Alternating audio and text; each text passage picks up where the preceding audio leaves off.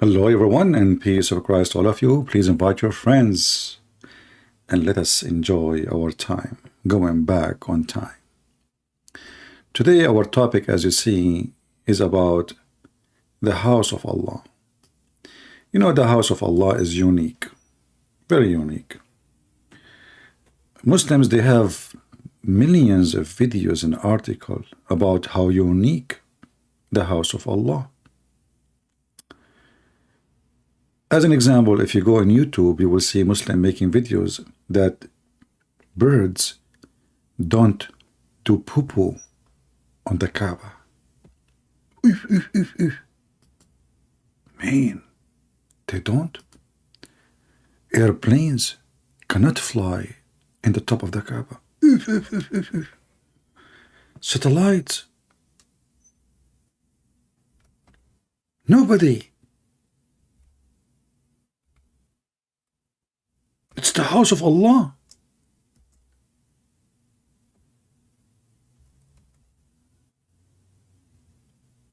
Can you explain to me why birds cannot do poo-poo on the Kaaba?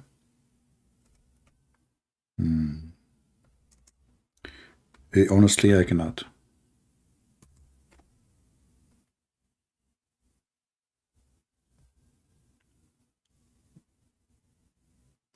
It's hard, in fact, to explain such a miracle. But if you go to the Kaaba, it takes you 2 seconds only to see, especially if you go to the 3rd floor or 2nd floor, to see that the Kaaba is covered by poop of birds.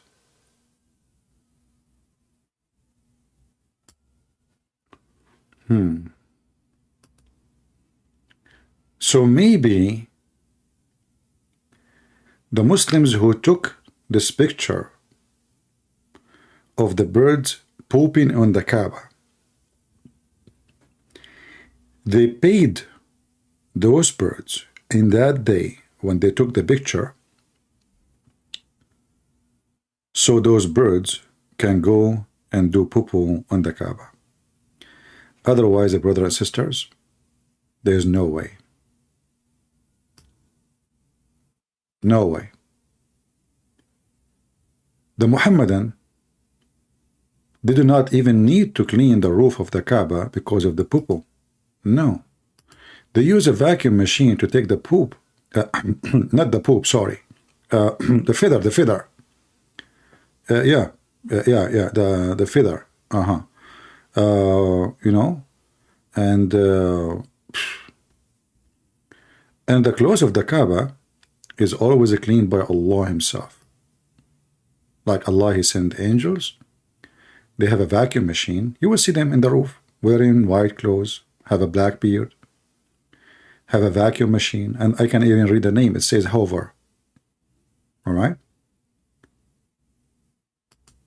And the clothes of the Kaaba is so clean, which is the skirt of the Kaaba. Look at this, you know. Look how clean it is. You know, the poop is dripping all over the place. And then we need to put the skirt in the top of the Kaaba so we can cover the Kaaba and, you know, Kaaba. But sometimes things happen for a reason, and good reason. So for me, I don't see this as a bad sign. I think that the birds are fertilizing the Kaaba. You know, if you have a plant in your yard, if you have a tree, and you know how much you like your trees, you will hope that all the birds in the world, they will do poop around your tree. And the Kaaba is no different. It receives its fertilizer. Now, let us go and see what the topic today about. You know, first time I saw an image of the Kaaba, old image. Not extremely old. I mean, this is after we have cameras. And you know, the Arab, they have cameras long after anyone else because, you know, until it come there, it took time. That's everything. Like, you know, we are the last to get a bicycle. And actually, first time a bicycle came to Saudi Arabia, The one who brought it, he got arrested, and they executed the bicycle, and they accused the bicycle to be the bike of the devil. I mean, there's a huge difference between Saudi Arabia 100 years ago and Saudi Arabia today. But this is the Kaaba not long time ago, before the oil. Dirt, nothing. Look at this. A house in any village, anywhere in the world is better than this.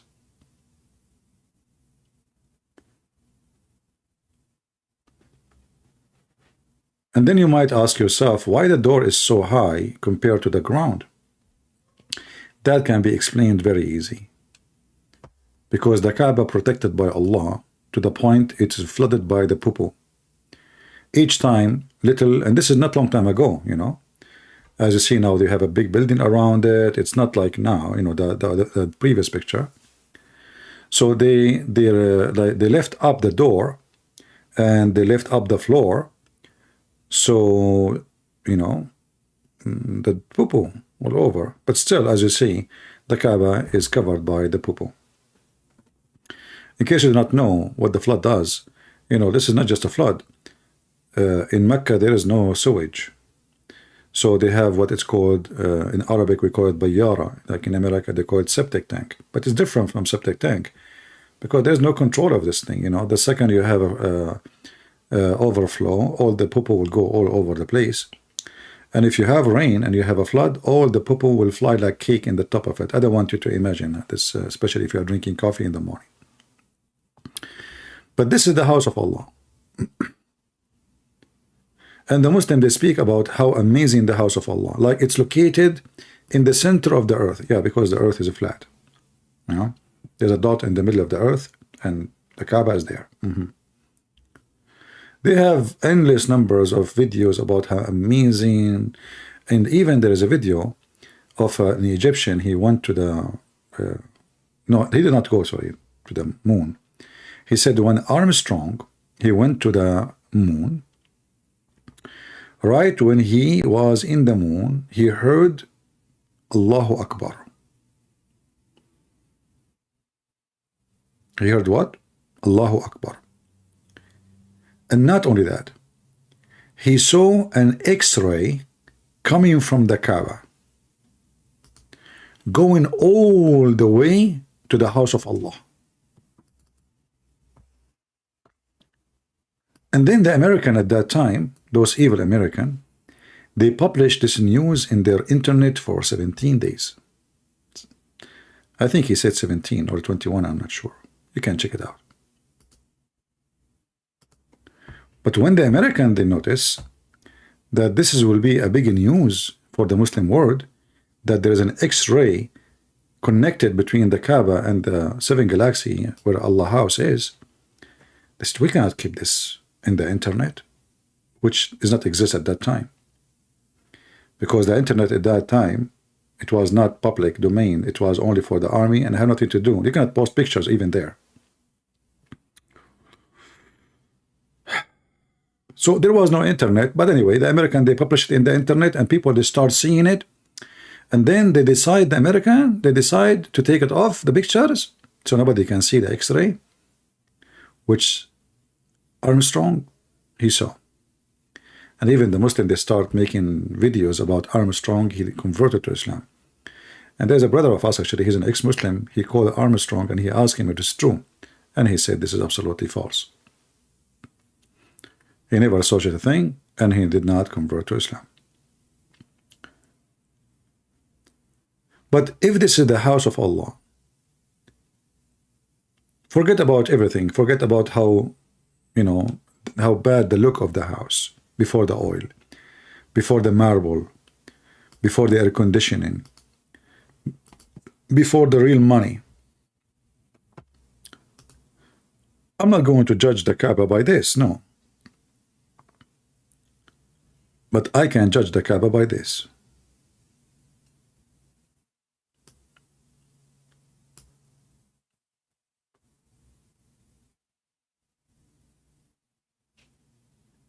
Why Allah chosen the wrong location? My Skype is open, by the way, if you are a Muhammadan. Yeah, and before I forget, there was a Muslim here in the chat. I saw him. He says, Ali Dawa is live on air. Go talk to him. I said to myself, he's live on air. Let me go and see, really? You know, maybe I can go live, change the time, and go and call him. So I went to Ali Dawa page.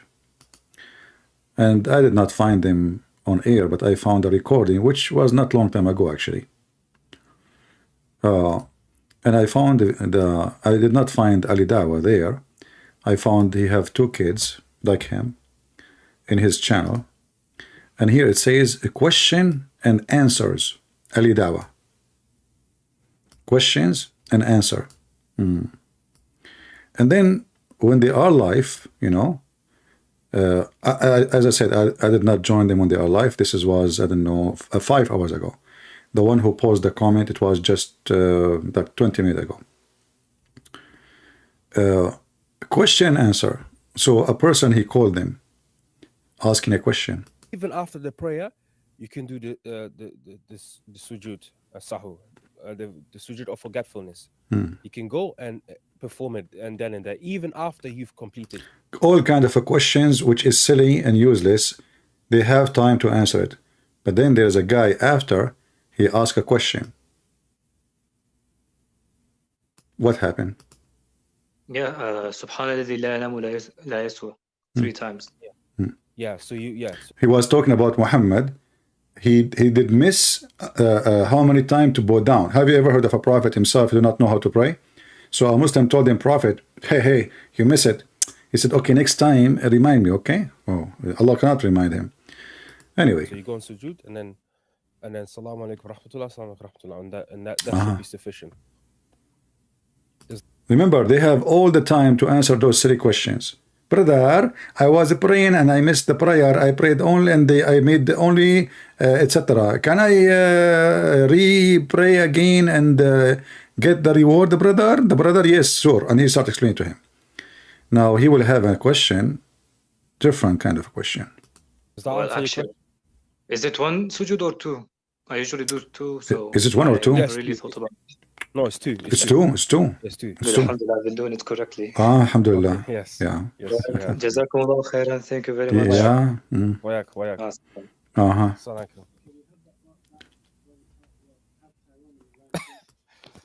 Yeah. Hi, brother Tarun. How you doing? Where you calling from? I'm calling from the Bronx, man.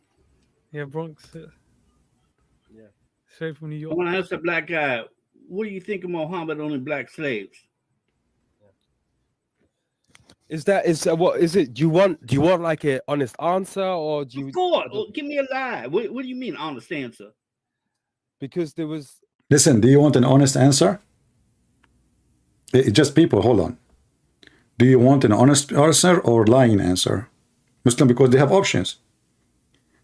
Do you want an honest answer? So the guy, he called them, the program name is what? Questions and Answer with Ali Dawa. Okay. So he asked him, why Muhammad, he have black slaves? That's a good question. Why he have a black slaves? Yeah. Hi, brother Tarun. How you doing? Where you calling from? I'm calling from the Bronx, man. Yeah, Bronx. Yeah. Straight from New York. I want to ask the black guy, what do you think of Muhammad owning black slaves? What is it? Do you want like an honest answer, or do you? Of course. Give me a lie. What do you mean honest answer? Because there was. Did you come off? They did not come off. Yeah, no, but you know what, my brother? I think we can do this another day, because today we're trying to raise some funds. You're on TV now, man. I know. Do it now. I know. A second ago, he was asking a guy. He was asking about how many times he should pray if he miss. He have time for that. Now suddenly they are trying to raise fund. Suddenly, and do you want honest answer or shish kebab answer? And the guy said to him, "Man, I want the answer, man. What's wrong with you, man? Give me an answer. No." But I think we can do this another day because today we're trying to raise some funds. You're on TV now, man. I know. Do it now. I know. You can find us on YouTube. We've answered those questions before. I'm Thank you very What? much. Huh? I'm asking you now. Tell me. Yeah. Brother, this is not the arena to do this. We have like places where we do this. I'm You can asking understand. you. I know, but like it's taking time from other people who, you know. Yeah. This is not for we no debating today. Yeah. There ain't no debate, man. I'm asking you a question. You can give me a 3-word answer, man. No, but like this is a extended topic. It's a very wide topic to discuss. Very No, wide. it ain't no wide topic. We're gonna have to go into slavery. We're gonna have to. You're a sellout, man. Come on. Yeah. Okay. How are you gonna expect me to answer to you if you insult me? Anyway. Block that guy. We tried. Yeah, and also on top of that's a technical error. But yeah, we've tried to talk to Tehran. He's obviously for blood today. As I said, it's not the time to do this today. It's not the time. It's not the time. It's not the time. Questions and answer with Ali Dawa. What is the name of the program? Questions and answer with Ali Dawa. We have time to answer the guy about shaving his arm. We have time to answer the guy he missed the prayer if he can add it 1 or 2 sujood or bowing down. But the guy, he asked him, you are black, and Muhammad, he owned black slaves. Why? There's no answer. Ali Dawa, he can answer anything you want. Yeah, I remember. How would we know that Christianity is wrong?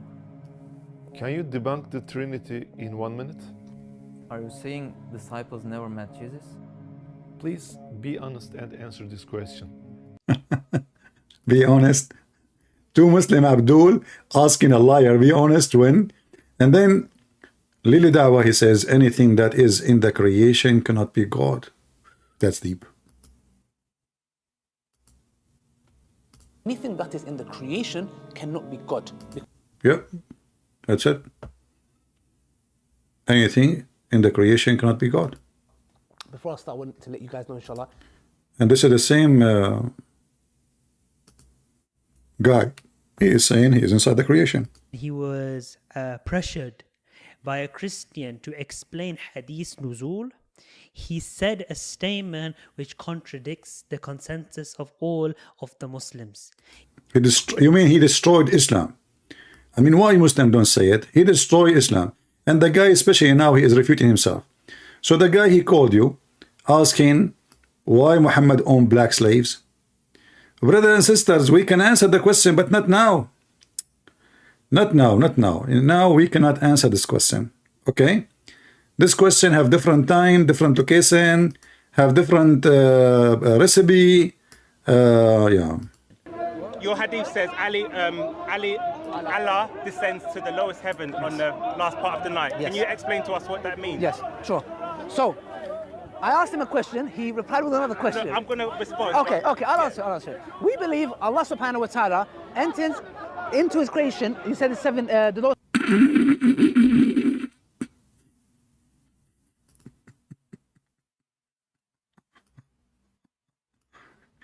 Anything that in the creation can't be God. The same guy. I mean, isn't it wonderful to be stupid and you refute yourself? You know, do the Muhammadan, like, remember even what they say yesterday? They are like their prophet. He is the same guy who said anything enter his creation can't be God. 10 days after, yeah, Allah, he enter his creation. Yeah. So the Kaaba is a fraud. The Kaaba covered by poo-poo. Either the bird pissing on it, and we bring a vacuum machine to clean it, or the flood covered by poo-poo. The Muhammadan, they claim this is the house of Allah. The Muhammadan, they claim Allah, he chose the best location. This is the most holy location. Allah told Abraham to build the house there. He told, and by the way, the Muslims they don't even have one good story about who is the first one to build this, the Kaaba. there is a stories that the first one who built the Kaaba, it was the angels. And then if you remember, there is a video of Mufti Mink. He explained how Allah he sent Adam in Sri Lanka. You know. Now I think Adam he was sent to Sri Lanka. I agree, because I don't know. I like tea, and obviously I'm like my grandfather. You know. Sri Lanka is the thing. You know the thing. So how you explain to me why we like tea, all of us? You know, unless our grandfather, Mr. Adam, peace be upon him, he went to Sri Lanka and he brought tea with him, and we drank tea from since then and became in our blood. You know.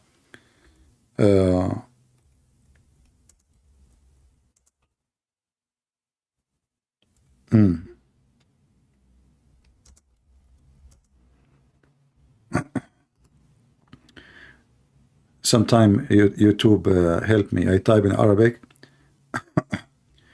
YouTube make it in English sometime.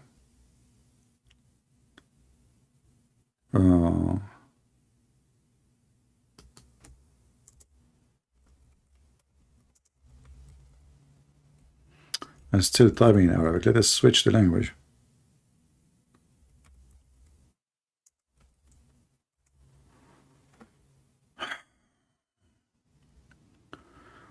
Where Adam was sent down, brother? Where Adam was sent down, brother? Most of you do not know. And by the way, all those stories are true stories. You know, I mean, they are historian. We have historian in the time of Adam. They wrote about this when Adam was there.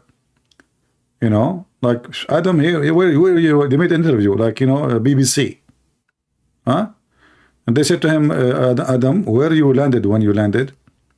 So, you know, Adam, he told them, I was landed in Sri Lanka. And they asked him, what is the proof? He put his hand in his pocket and he got some Sri Lanka tea. Yeah. Oh, for certain that spot is the place, but roughly there. What about Hawa? Where did she go there? Continent. Precisely Sri Lanka. Please, do you see what beautiful about the Muhammadan? They knew even where, precisely. Where? True story. Where did he land? Did he land? He wasn't just thrown so that suddenly he landed, meaning he dropped, but Allah placed him on the earth. Yeah. This we find in the narration of Rasulullah sallallahu alaihi wasallam, where he says that Adam alayhi salam nazala fil Hind. He came down in what is known as the Indo-Pak subcontinent, precisely Sri Lanka. There is a mount there known as Adam's Peak. If you go there, you will find it green and beautiful, as though it is not from this earth, but it is. I'm not trying to imply anything, but I'm just saying it is so beautiful, maybe because the Sri Lankans have kept it that way. And then, you know, there's somebody asking me to go and debate a Muslim channel. You and them, they are potato. I went there actually after this person he posted, a person who was speaking about the satanic verses. He said to him, give me an authentic hadith about the satanic verses. The guy, he said, I don't have any. The Muslim in this channel, he said to him, okay, I'm done. You and them, they are a bunch of donkeys. The satanic verses is in the Quran. It's proven in the Quran, you stupid. Isn't it the Quran says, whatever shaitan he throw in the mouth of Muhammad will take it off? How you want to ask for authentic hadith? Bunch of potatoes. Anyway, so where Jeddah, Eve, she landed. She landed in Jeddah. But it's a beautiful place. It is said that there is a possibility that is the place. We don't know for certain that spot is the place, but roughly there. But he just said for certain, what he said? Hold on. He said in here. Precisely. He said precisely, right? He said precisely Sri Lanka, and now he's saying not certainly. Sri Lankans have kept it that way. But it's a beautiful place. It is said that there is a possibility that is the place. We don't know for certain that spot is the place, but roughly there. What about Hawa? Where did she come down? Where? In Jeddah. Where is Jeddah? Where? Jeddah is in the Arabian Peninsula, in what we know today as Saudi Arabia.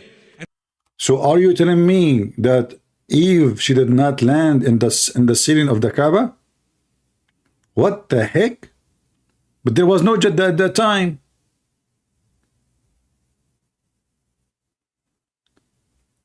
I mean, guys, look what Allah did. Allah, he sent Adam. Adam, he landed in Sri Lanka. I'm not changing the topic, by the way, our topic about the Kaaba. If you are a Muslim, you can join us. Let us go to Google Map, Google Earth.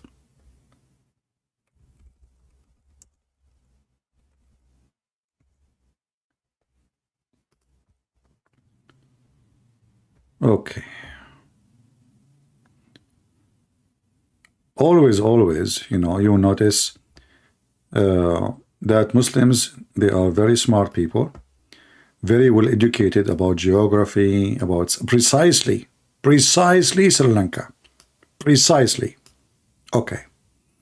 So I am now in Google Earth. I will put it in the screen. And I type Sri Lanka. Not Sri Lanka restaurant, idiot. Google. Sri Lanka country. Not Sri Lanka airline. What's wrong with Google?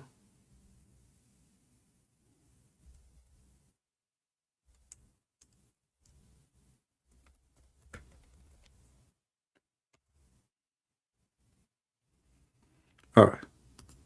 I type Sri Lanka, it shows me everything except what I'm looking for. So this is Sri Lanka. Sri Lanka is an island, as you see. And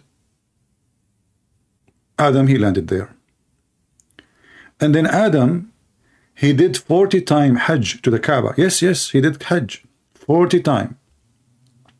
Each time he go backward, forward between Sri Lanka and the Kaaba.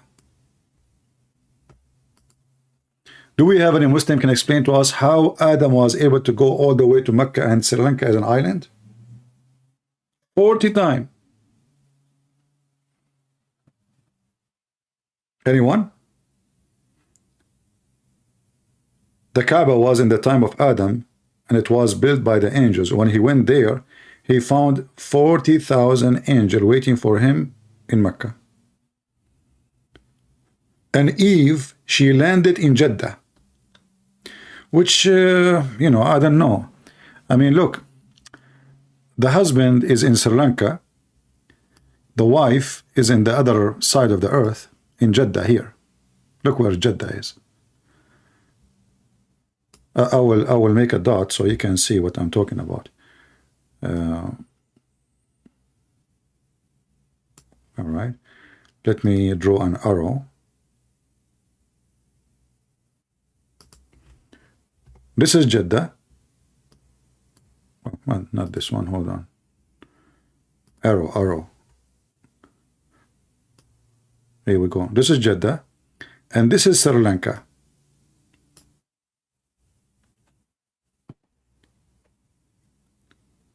If we ask the Muhammadan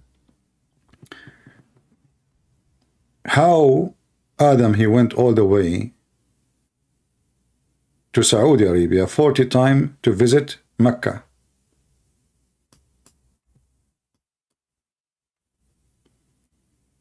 How he did it? Any Muslim can tell me? The guy is in an island. He is the first man. He don't have kids yet. Even his wife is not there. His wife, as you see in Jeddah. He have no helper. He have no tools. He have no hammer. This is the first man. Naked man, just naked. He came down to this earth, and now he is going to do Hajj all the way to Mecca. Don't ask questions. I'm not going to ask questions. I want to ask you not to let me ask you a question. Just tell me what happened. I'm not going to ask questions. How this man, he went all the... How he knew about Mecca? how he can go to Mecca. Why Allah sent Eve in Jeddah and he sent him? I mean, what is that? And how they met again? In WhatsApp? Instagram? Maybe she opened a Facebook page. Yeah, maybe Adam he walked in the water. I heard that's the first, according to Darwin, the first human being was a duck. Walk, walk, walk. So all the story of the Kaaba is nothing but a stupid story. I mean, who is going to build there anything in the middle of the desert? There is nothing. Nobody heard about this city in history. No historian wrote about it. Nobody, there's nothing about it. And as you see, just 100 years ago, this city was nothing, totally, until 100 years ago. He walked in water, it's possible? I don't think it's not only possible. I think my grandfather Adam, he can walk in water, he can walk on Eve, he can walk when he's sleeping, he can walk in the space. I mean, come on, he's Adam. Don't you see he landed from heaven? You know, once I was debating a sheikh, he was from Lebanon. And this guy, he claimed to be educated. So he said to me, why you are making fun? In the Bible it says that God, he kicked Adam out of heaven. I said, in my book, the garden, the so-called heaven, you call it heaven, is just a garden. It's in the earth. It's not in the sky. He said, it's the same in Islam. It's not in the sky. I said, you idiot. Are you sure? As usual. And you know, when the Muslims, at that time, this guy, he did not know much about me. He did not know when I say, are you sure? That means there's a disaster is coming. He said, for sure, I'm sure. I said, are you sure? And you know, the Muslims, they are trying to help him. Say, brother, no, you are wrong. Brother, brother, I said, are you sure? And the stupid guy is not looking at the chat. He said, absolutely, I swear by Allah. I said, isn't it the Quran says, ihbutu, get down? The coward, after we finished the debate, he went to YouTube and he reported for copyright. Imagine, he's calling me in my channel. And he's debating me in my, and he went to YouTube and he reported me for copyright because he didn't want anyone to see that he is a sheikh from Lebanon and he is stupid to the point did not know if Adam was down in the ground or he was in heaven. The guy was very sure, So as you see, the stupid Kaaba is, it just doesn't make sense in any way. But so what is the solution? Where is the Kaaba? What is the Kaaba for? If you go in the Quran, you will find something very interesting.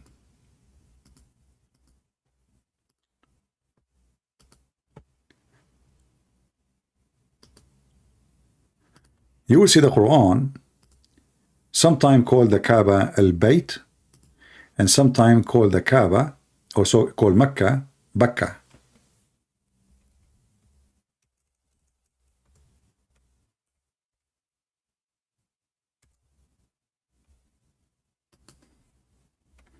Then you ask yourself, the verse is so clear, chapter 3, verse number 96, it says, the first house established for mankind is the one at Bakka.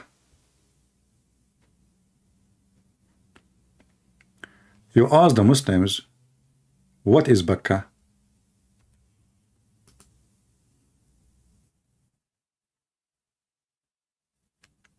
There's a huge difference between Bakka and Mecca, BM, the first letter is gone, there's totally different.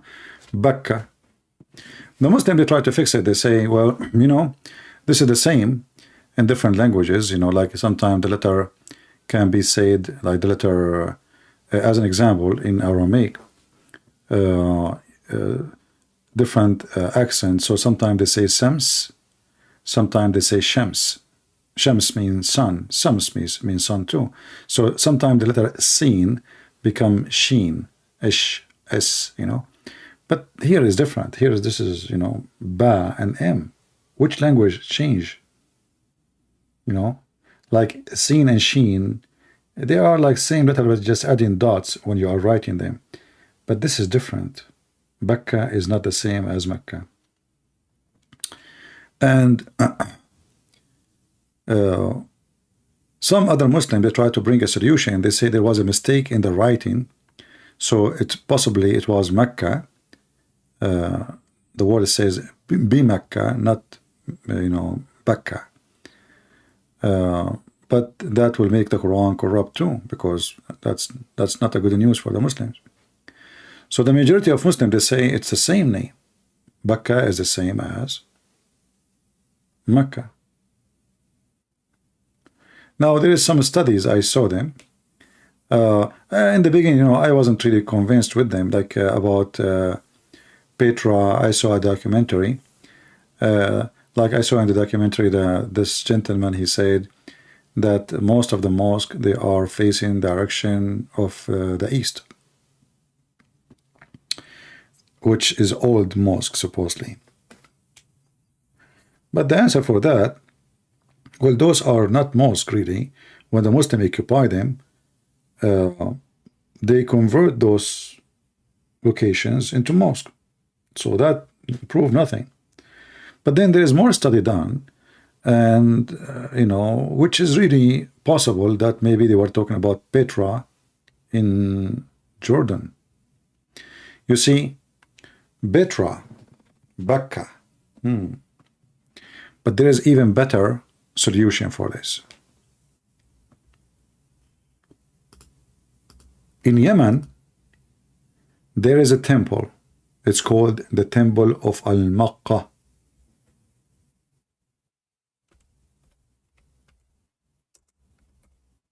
Makkah. In the language of Yemen, Qa can be switched to Kaf, depend in the accent and the location. Makkah, Mecca. See? It's the same exact word.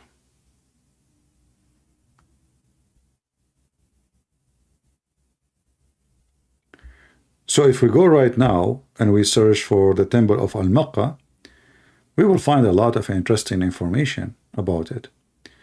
Let me search for it. Temple of Al-Makkah.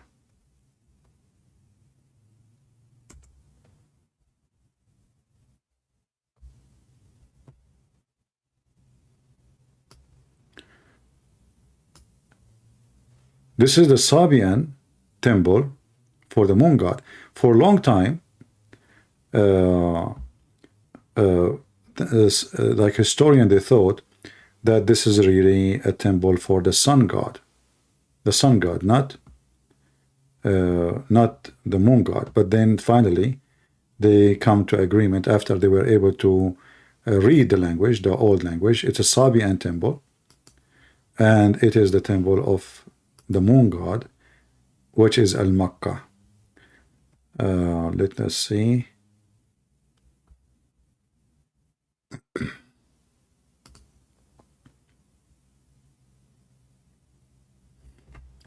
I will give you a link so you can read about it. And you can search the most updated study. I don't know how old this article is. The earlier, the better. They have a different name for it. They call it Awam. But the real name really is Al-Makkah. Al-Makkah. Let me give you another link, which shows the name, not the name they are using here in this website. Let's see.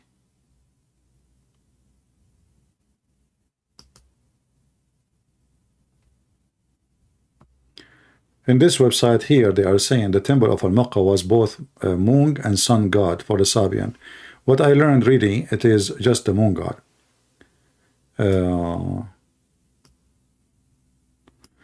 Let me search more.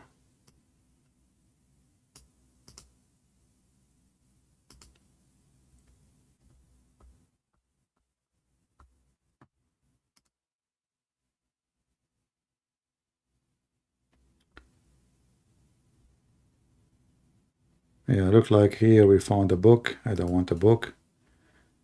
Let us see.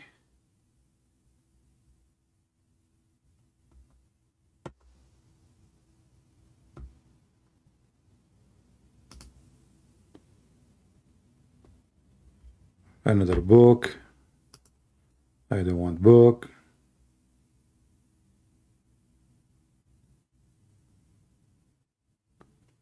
Okay.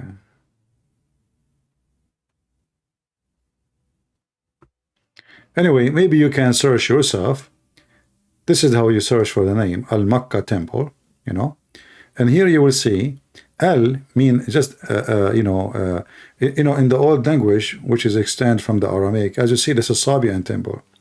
The second you say Sabian, you are talking about Aramaic language.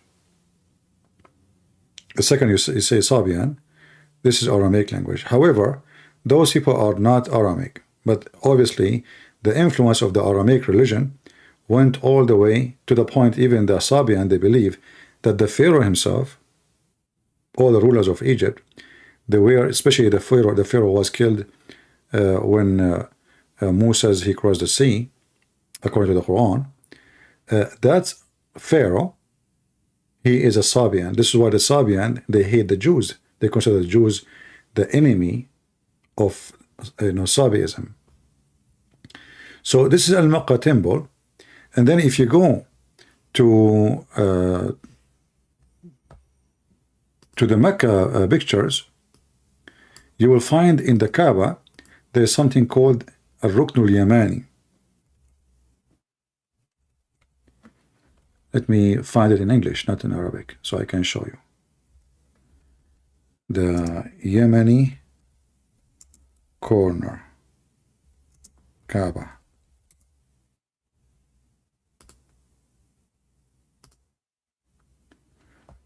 All right. Here you will notice something very strange. In the Kaaba, there is an open window in the skirt. Why? In the other side, just the other corner, there's a black stone. But what is making this one is special? Why they are open it? Because people, they have to come and kiss it and touch it. Muhammad, he said, whoever of you touch the Yemeni corner and the black stone, all his sin will be erased. But why it's called Yemeni corner? Because those stones, you will notice even their look is different. Let me see if I can get a better picture.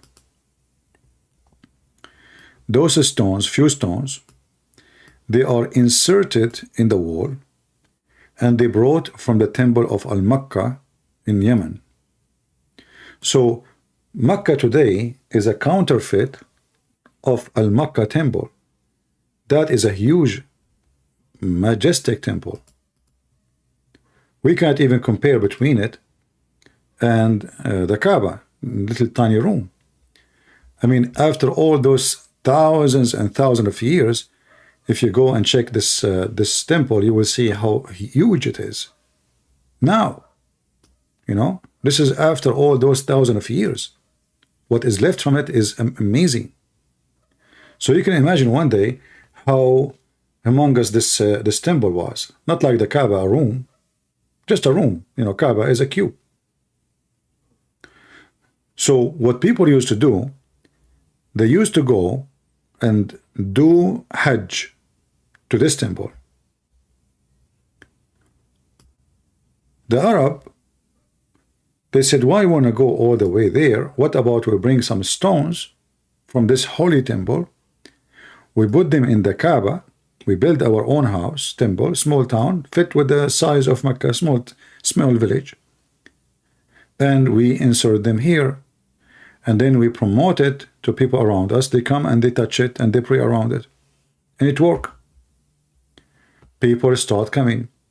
There's a Muslim historian who made a study. In his book, he proved that there was 26 Kaaba, 26, not one, in the Arabian Peninsula. So obviously it was very popular to build the Kaaba and bring stones from this temple, so you can get let us say, the blessing of the gods. It wasn't one Kaaba, it was 26. And the black stone simply is just another worship for different reason, for different god, the god of fertility. So women who cannot have babies, they used to go around the Kaaba naked when they have their period time, because obviously if you have a period, that means you are not carrying a child. So when they have their period, they go and they touch their private part and they insert their hand with the blood inside the black stone. And then the male come after that and he scratch his penis inside the black stone, which is made in the shape of a vagina. But now there's nothing left of that black stone. There's only a frame and wax. This is what is left of the black stone. Let me put the screen for you. If you look at this old brown, like it's a black, right? Yeah, from like from distance it looks black, but in reality there's nothing left. What is left there is just wax, and the real stones are little fine, you know, tiny small ones. Hardly you can even see them. So the black stone used to be in the shape of a vagina totally, like now. This is how you see it from a distance. You see how different it is? This is how the stone is from a distance. But the second you get closer, you will not see the same. You will see brown wax and little tiny stones in the middle. Those are the leftover of the real black stone, supposedly. And this is additional proof, you know. Yeah, we can have reference for sure. You know, I can give you a tafsir about, you know, do you remember when Muhammad, he said the black stone used to be white like milk, and then the sin of Bani Adam made it black, which means being black is because being sinner, which is additional racism statement, you know, clear racism. So it was white like milk. White like milk is being good.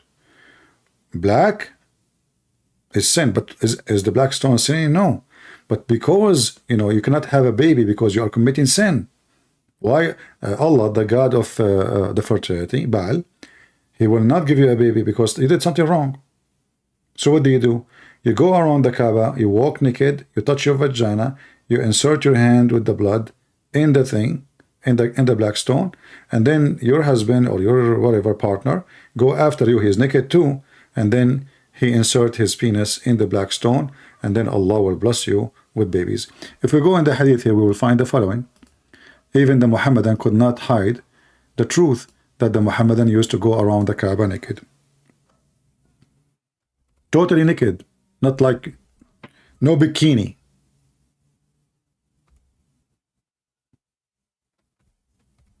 Like, don't think about a bikini. No. There is no bikini. Let us show you the hadith.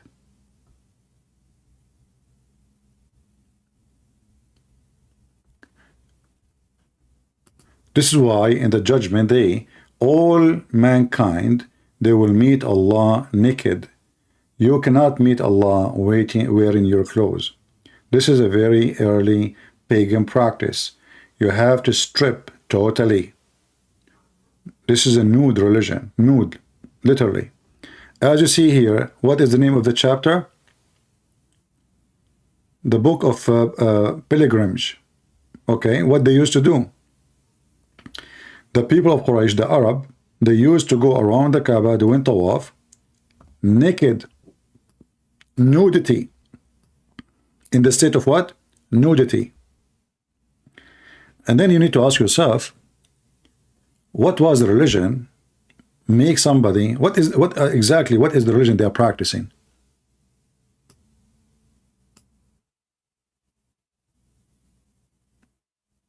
What is the religion they are practicing required to go totally naked around the Kaaba? And you will notice something very important. You see, when Jesus, he went to the temple, and not even in the temple, like, you know, the temple have many yards. The outskirt yard, the very out yard, Jesus, he saw people buying and selling, right? What Jesus did? Anyone remember? I'm sure all of you know. He flipped the table on them. He started kicking them out, and he said, you made the house of my father a bazaar. Right? Okay. So, because you made the house of my father a bazaar, that's disgusting. Jesus could not take it, even though we know that Jesus is very like peaceful person. He's not the kind when I go and use violence, but he could not accept that.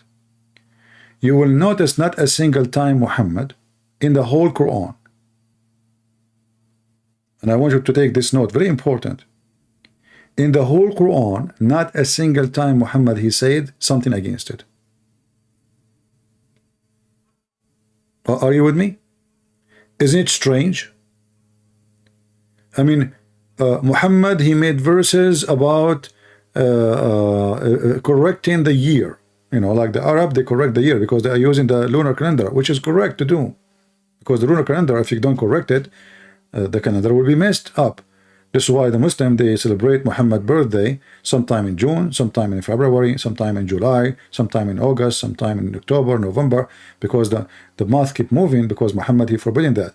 So Muhammad, he forbid, and he made a verse about it, and he make it like a sign of some Satan to do that, to correct the year. But he never once spoke against women and men going around the Kaaba totally naked. How we can explain that? So Muhammad, he spent his life living in Mecca, not even once he screamed saying, shame on you. Stop doing that.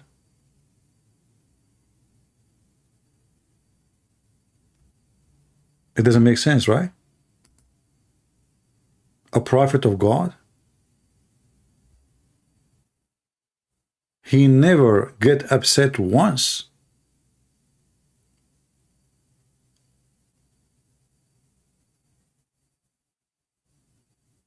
Muhammad, he used to go and with the rest of them naked. You know, you remember Uthman, the ketchup boy, he said that Muhammad, he was not Abrahamic. Do you remember? He's not Abrahamic. He did not even know what is Jibreel. Quraysh, they were, you know, they were pagan. But I mean, again, he doesn't know who Gabriel is, right? Because he didn't come from an Abrahamic faith. He did not come from Abrahamic faith. The people of Mecca were pagan. Exactly. So Muhammad, the first 40 years of his life, never heard of Abraham. We just heard this guy. He don't even know what is Gabriel. He never heard of the angel Gabriel. A Jewish child, he knew Gabriel. A Christian child, he knew Gabriel. The man who is 40 years old, he do not know who is Gabriel. So what he was doing for 40 years? In fact, the Quran confirmed that Muhammad all his life was najis. How we can prove that? Let's go to the Quran.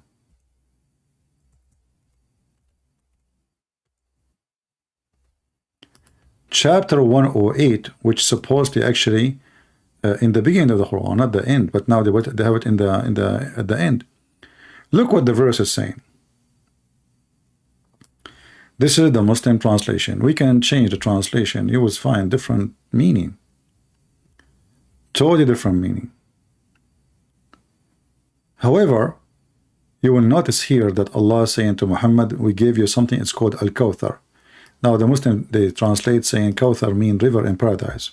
That's very weird. But this is a different story. We will go back to it.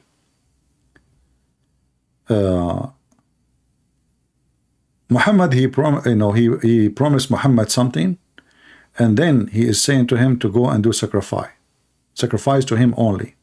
So what Muhammad was sacrificing before that too? Any Muslim can help us? Do we have any Muslim would like to help us? What Muhammad was sacrificing to? Here he is saying to him, sacrifice only to me. What Muhammad was doing before? That can be found in different verses in the Quran. Chapter 74, verse number 5. You will see here it says, and keep away from the rajas. What does that mean? The Muslim translation says the idols. Purify your garment. So Muhammad was najis. This is the first time Allah, he telling Muhammad supposedly, it's time for you not to go and sacrifice for the idols and not to go naked around the Kaaba like the rest. But nowhere Allah, he spoke supposedly against being naked. Like naked here is not mentioned. He just said, stay away from the idols. Purify your garment.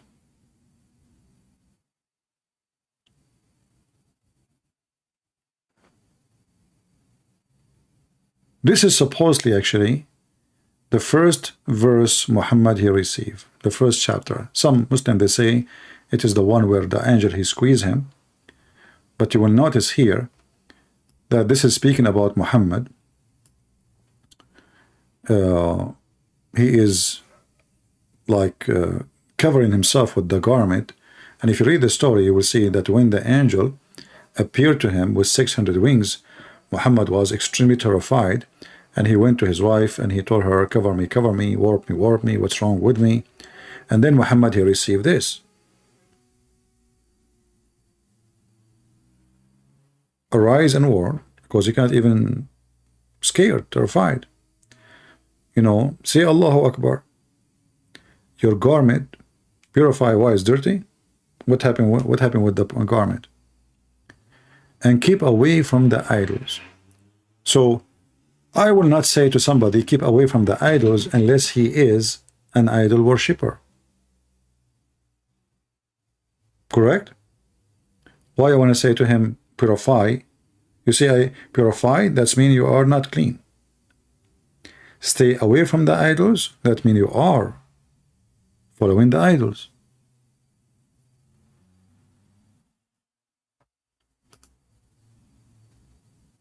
Muhammad never spoke against going around the Kaaba naked.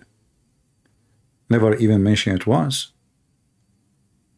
And nobody in the Islamic history even, you know, asked how come Muhammad never went against it. Do we have any Muhammadan here? Any Muhammadan? So my opinion about Mecca and the Kaaba is nothing but a counterfeit of other cities. Same as Bakka. Mecca is a counterfeit of the city or the temple of Al-Maqqa. Al-Maqqa. Maqqa, Mecca. In case you do not know, you can ask anyone. The Muslims themselves, they will agree that some locations in Yemen, they say the letter Qaf instead of Kaf. Vice versa in Arabia. They say the letter Kaf, which means K, instead of Qa. And actually, until now, if you go to many areas in the Middle East, you will find, like as an example, in Egypt, they don't say J, they say gay, you know. If you go in certain areas in the Middle East, the word, the letter Qa, they say A. They don't say Qa, A, you know.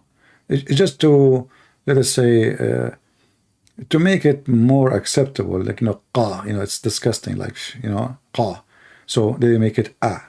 You know, so it just to beautify the language. They have different dialect and different accent, and this is explain why Mecca became Mecca and Mecca became Makkah. Do we have any Muhammadan?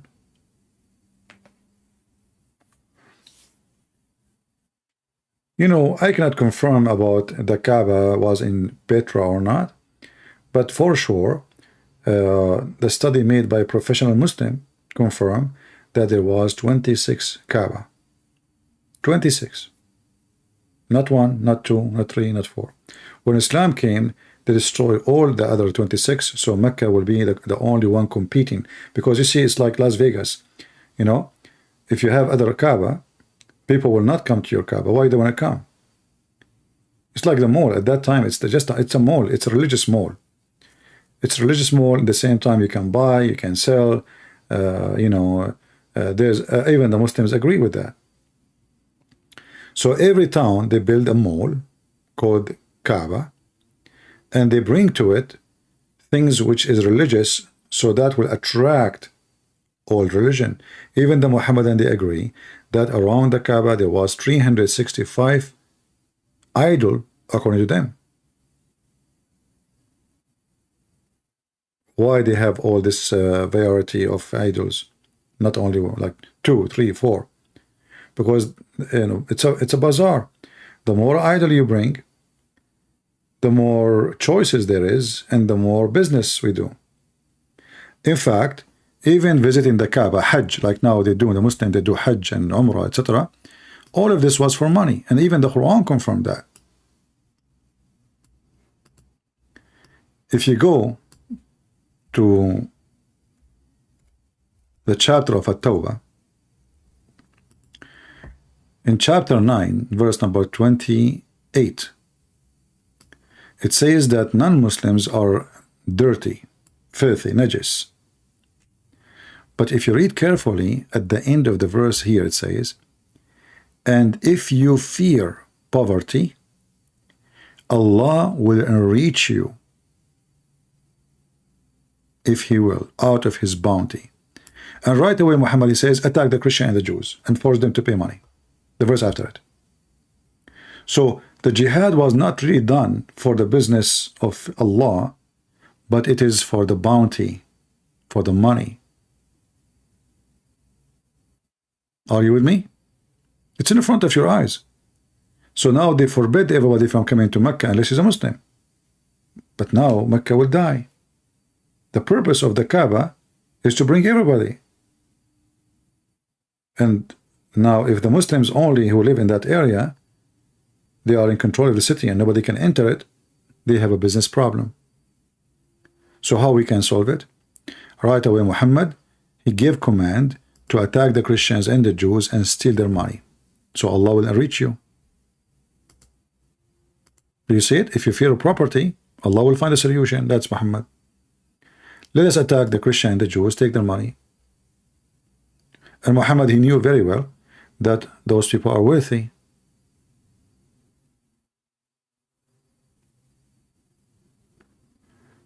And this chapter is the last chapter in Muhammad's life. So Muhammad, he never forbade people from entering Mecca all his life. Never. He never had a problem with the idols. The Quran proved that. Because until the last year of his life, this is the last year of his life, Muhammad have pagan in Mecca.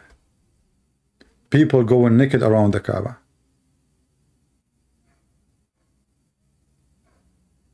And Muhammad has no complaint. And then Muhammad, he switched to the mood because he don't want, he come with this idea to force not anyone to stay in the, to not let anyone except Muslims, because he want to force the local not to, if you don't want to lose your house, convert.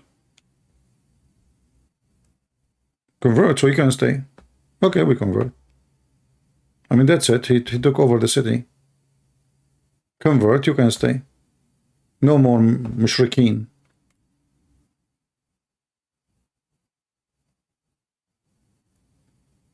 Do we have any Muhammadan? Yeah, and if you go right now to see the Kaaba is a huge business for Saudi Arabia. They make hundreds of millions, billions of dollars from those poor Bangladesh and Pakistan. You know, if you go and ask how many person in Bangladesh they come to do to do Hajj. Let us see. I will do a little search.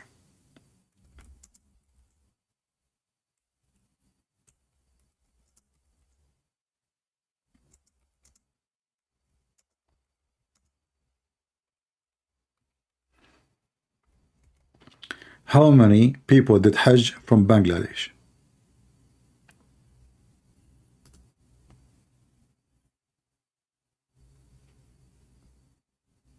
This year, 127,000 from Bangladesh. I just searched online, you know, Arab News, it says 127,000 from Bangladesh. What is the average of a cost to go all the way to Mecca? Hotel, food, airline. I will do this. I will search flight from Bangladesh to Mecca. You can do it from your side.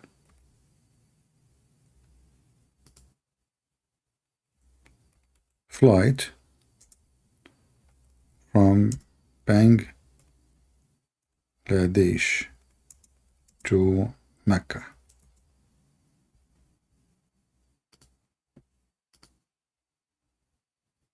You know, we are saying Bangladesh, you know, generally speaking, I don't know what is the most, the biggest airport. Bangladesh.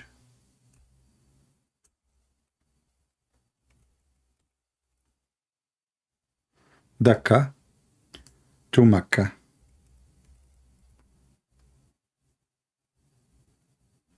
Which you have to go to airport of Jeddah. And then we will see what the price. Okay.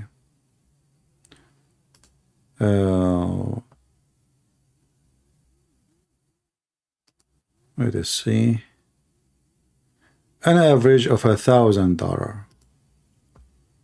Between like 900, something like that. 800, 850,000. Yeah. But what is the income of somebody from Bangladesh? And how long is going to take him to make $1,000? You know?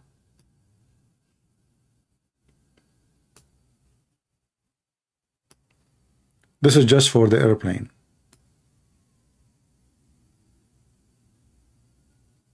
How much is going to be for the hotel? How much is going to be for the food?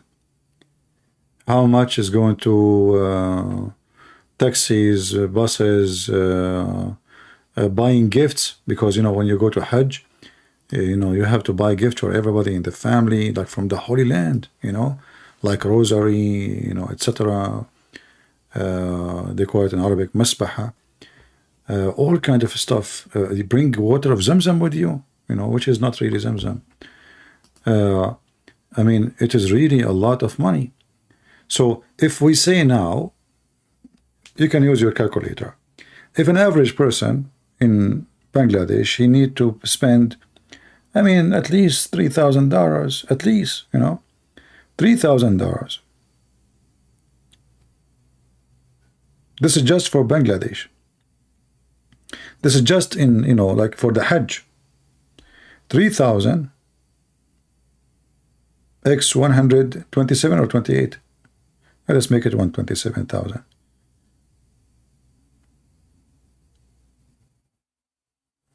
Yeah. 381 million. Just from Bangladesh alone. Isn't it amazing?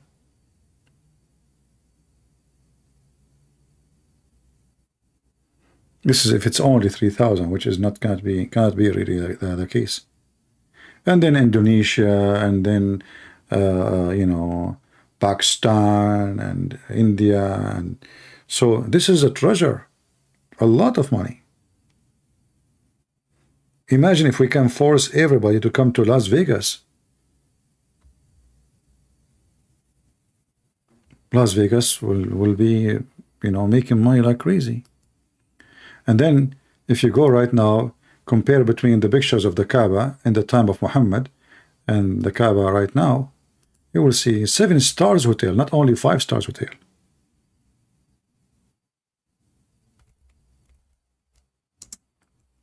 All the areas around the Kaaba is a very fancy hotels.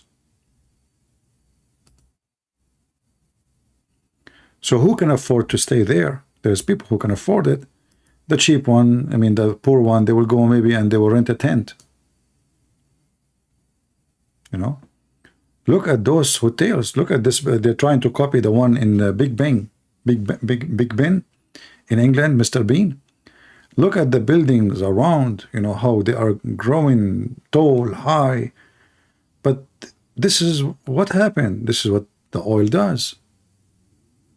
Before, look at the hotel rooms in around the Kaaba. You know? Now, who is the one who can afford those hotel rooms? There is people who can afford it. Limousine, you know, look at this hotel. Look. Those are hotels around the Kaaba. The Kaaba itself is a small tiny room. The hotel around it is majestic.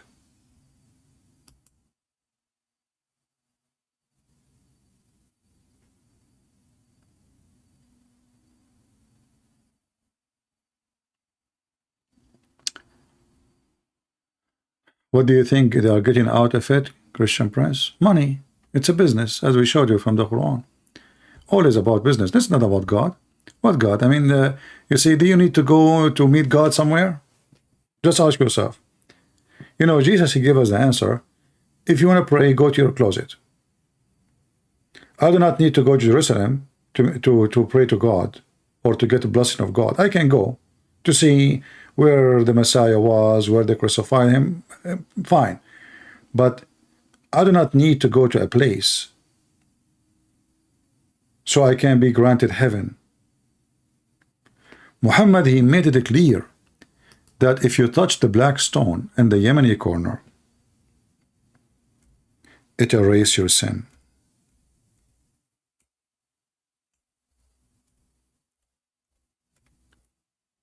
Just touch them.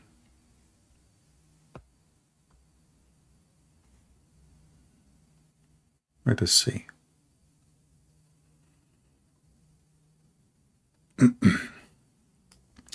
I'm trying to find the hadith.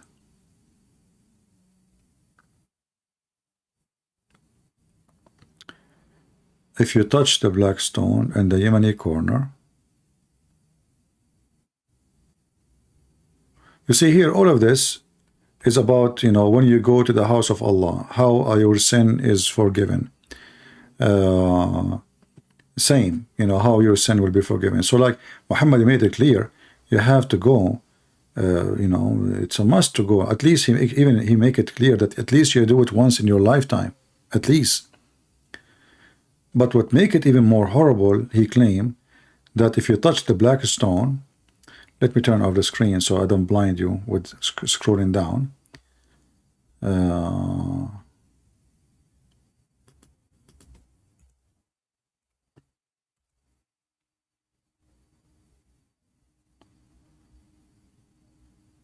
The black stone and the Yemeni corner, those will erase all your sin.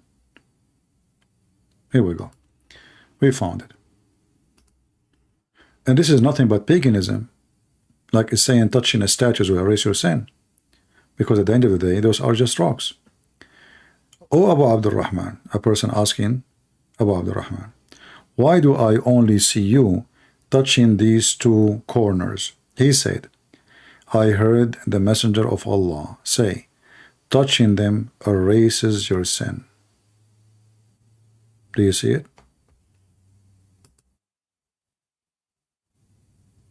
Do you see it? A Muslim saying, if you see the Kaaba, you would prostrate. You know the story of Al-Qurtubi? Oh, sorry, Al-Qurmuti? Al-Qurmuti, not only he saw the Kaaba, he smashed the Kaaba, he destroyed the Kaaba, he pissed on the Kaaba, he took the black stone, and he kept it there for more than 21 years. And not only that, when he was pissing on the Kaaba, and he destroyed it, and he killed 10,000 Muslims around the Kaaba, he was challenging Allah to send his birds. There's a story in the Quran, which is a fiction story, about an army of elephants coming to destroy the Kaaba. Allah, he sent birds to destroy them. But as you see, Saudi Arabia just accepted defeat from the Shia, and they accept to sign peace agreement with Iran because they lost the war in Yemen. They lost. And the Kaaba was destroyed many times. And who is the one protecting the sky of Saudi Arabia? The American. So when Al-Qurtubi, you can even search in YouTube, you will see Muslim videos about it. Sorry, Al-Qurmuti. So Al-Qurmuti, he took the black stone, and the Muslims have to pay him to bring it back. Imagine, they have to pay him. They ask, you know, like the Caliphate of Egypt, who is a Shia, Al-Hakim Bi'amullah Al-Fatimi. This guy was crazy. This guy is you know, he like boys. He have sex with men. He don't use horses. He use boys in the front of him in his carriage. And they have to be wearing see-through. He come with the crazy orders. Every 7 years he have a new order. As an example, there's a food in Egypt. I don't know if anyone here from Egypt. It's called mulukhia. Mulukhia. Okay, what the heck is this mulukhia? I don't know what the name in English. What mulukhia is? Mulukhia is not really the name of the... here we go. I will show you on the screen what it's called. Korokos or Tiros in the Latin. Yeah, something like that, you know. So Mulukhia was called Mulukiya, which means royal. This guy, he's crazy. He forbid anyone in Egypt to eat this dish. If he eat it, he will be executed. No matter who, even his own cook. So when he died, the word Mulukiya, the Egyptian, they start making fun of it to Mulukiya. Mulukiya mean grab it. Anyone can grab it. Before it was royal. The police, the secret police, the caliphate soldiers, they go in between the houses to smell if somebody cooking Mulukiya, which is Mulukiya, which means royal. It's called, the dish is called royal. This guy, he loved this dish. It's very tasty, by the way. It's very, very tasty. So he come with all kind of orders, and he killed a lot of Christians, this crazy man. A lot of Christians. They slaughter them. He's a Shia, not Sunni. He liked to have sex with the boys. He'll have to like sex with men. He's mentally ill. And not only that, he claimed to be Allah on earth. And then he met his son. He have a son. Any one of you heard of an Islamic sect? It's called Ad-Duruz. Duruz. Anyone heard of them? Duruz. Duruz, they have a leader. This leader, he is the spiritual son of this caliphate. So Al-Hakim Bi'amullah is Allah on earth. Allah, he came in his body. His spiritual son was in the borders of Israel, in Lebanon. And they have letters between them, between Allah, which is the caliphate, and his son. Sound like, you know, somebody copying Christianity or something, you know, like God, Son, you know. Those letters are called the letters of Hikmah, which mean the wisdom. So the Duruz, until now, They don't share their book with anyone. You cannot go and buy their book from the library. You cannot learn about the religion from schools. Even if you are a Durzi, you are from them. You can learn about it only when you are 40 years old.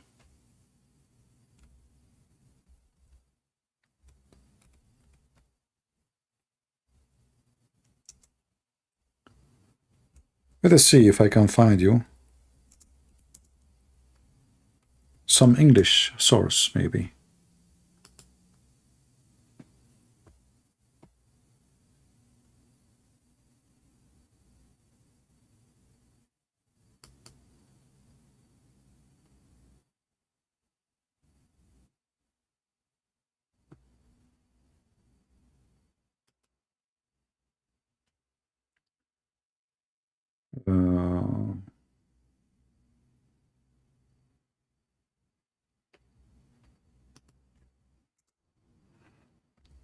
I guess that will be not an easy task.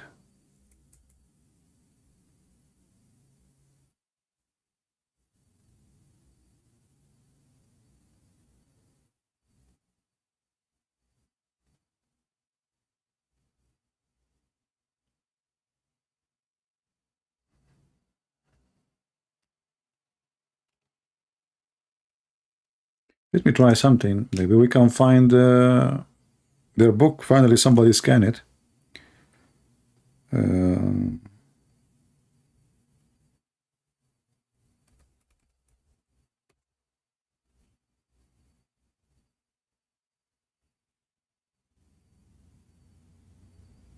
Let us see.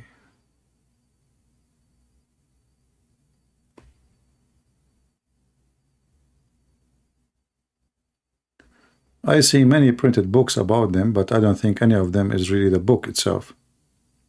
And by the way, those people believe in Tawheed too. In fact, they call themselves Al-Muwahhidun al-Duruz. It's funny, isn't it?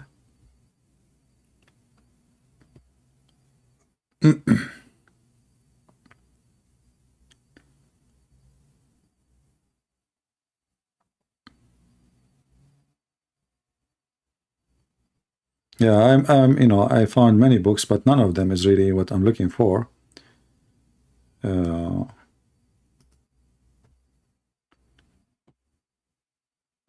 Imam Tawhidi is a joker, you know. Actually, those people are more dangerous than, you know, an honest Muslim. This guy is a Shia. Shia, they lie a lot. Shia, they lie without like no limitation of how big the lie can be. This is how I see this Tawhidi thing. Yeah. So maybe you can search about them and try to read. But they call themselves Al-Muwahhidun. And one of the funny thing about those Druze, there's a huge number of them actually in the Israeli army. You know, the Arab, they always attack them, the Bedouin. And the Muslim don't consider them Muslims. Yet they claim, like when you speak to them, they claim to be the true Muslims, you know, but in reality they have nothing to do really with Islam. The Quran is not their book, you know, they have nothing to do with the Quran. But they will never admit to say that they are not Muslims.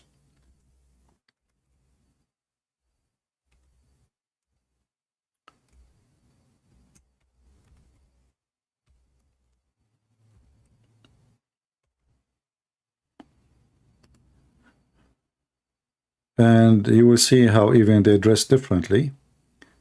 Their clothes is differently. Their beard is different. Their look is different. Most of them, they are white, you know, very white, as you see. And they serve in the army of Israel with no problem at all.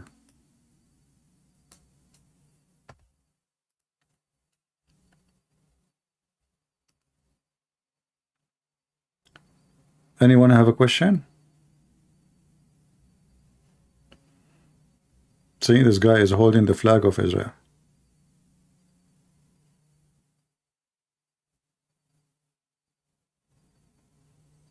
Yeah. And they don't care really for, you know, any of what Muslim really care for. Like they drink, they sleep around, Muslims, they sleep around too, but they do it like by legal terms, which mean like you do mut'ah. You know, the rules, they don't really care for those things. They drink, they gamble, they don't have really, yeah, they are not really strict in their religion. They are strict in their ethnic, which means they consider themselves as an ethnic, and they defend each other.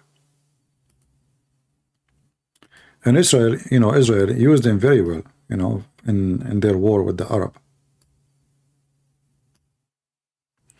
But, you know, those people at the same time, they can switch side in a second. So what is famous about them, if you are strong, they are your friends. If you are weak, they hate you. You are the enemy. You know, they take the side of your enemy. So whoever the winner, they take his side. And there is a reason for that always. Since the Fatimiyin, the Caliphate, his kingdom destroyed, they don't have protection no more. And the Arab was attacking them from everywhere, the Bedouin specifically. So always they seek protection by who is the bigger, the winner. You know, when the Ottoman was there, they are friend of the Ottoman. When the Christian took over Lebanon, you know, took it back, they are the friends of the Christians. When the Christian get weaker and the Muslims attack and the Palestinian, they became a friend to the Palestinian. When Israel took over, they are friend of Israel. They have no friends.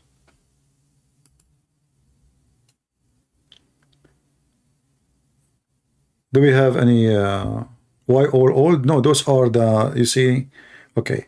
I mentioned that in order to receive your religion, you have to be 40 and older. So until 40, you have no religion. Until 40, you go do whatever you want, sleep around, take drugs, do anything. But when you are 40, now you have to become a wise person. And the reason for that, the one they follow, he start receiving the letter from his father, Allah, at the age of 40.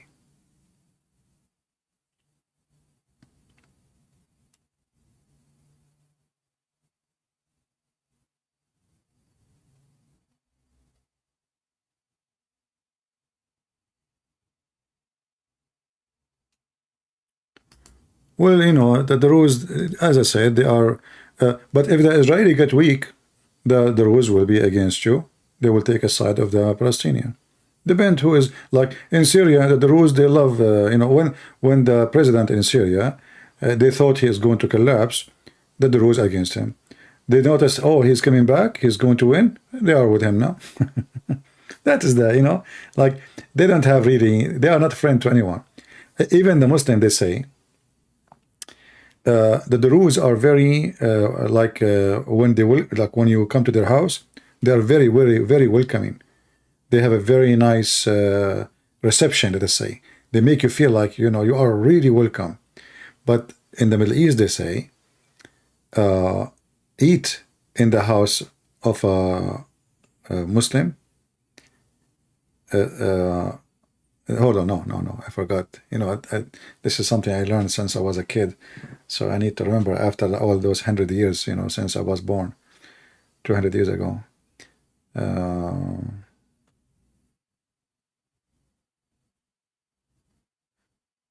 Yeah, like maybe eat in the house of a Durzi, sleep in the house of a Christian. You can sleep in the house. The Muslim, they don't trust them, you know, but they can't trust the Christians. Christian, he will not kill you, you know. Or like let's say visit a house of a Durzi and eat and sleep in the house of a Christian. Yeah. And that because the Muslims and those people, they have a lot of enmity. And even the Christians, you know, they have, especially the war in Lebanon, they have a big war problems between each other. They killed a lot of Christians too. You know, the Middle East is messed up land, and there's a lot of groups, and those are a small minority as number. And this is why, because they are small in number, and through history, since the collapse of the Fatimi Caliphate, they've been heavily discriminated by the Muslim Sunni. So they have no choice except to join together to protect themselves. Like when ISIS, they start taking over Syria and Iraq, they target them heavily, you know, because they are not Muslims. Even though they claim, they call themselves, even they call themselves muwahhidun, but they are not.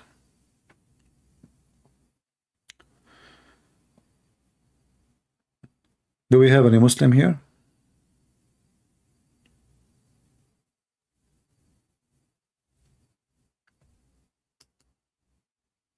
And you know, like being evil is not something those people do. They take the side of the strong without ethic. The Israeli government, they do that too.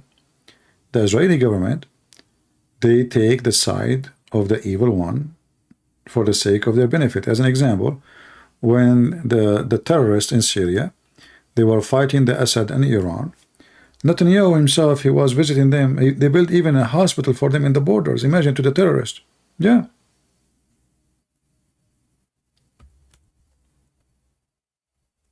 And the video is there in YouTube.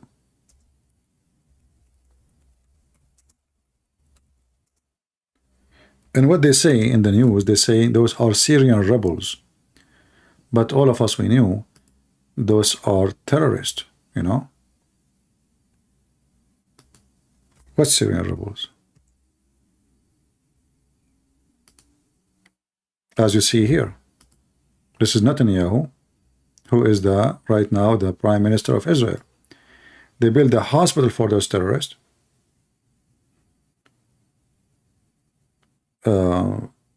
They give them even weapon.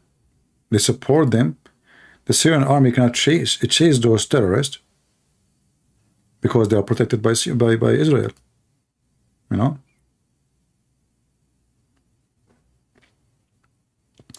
If you think about it, why they are doing that, for me, this is make me really upset.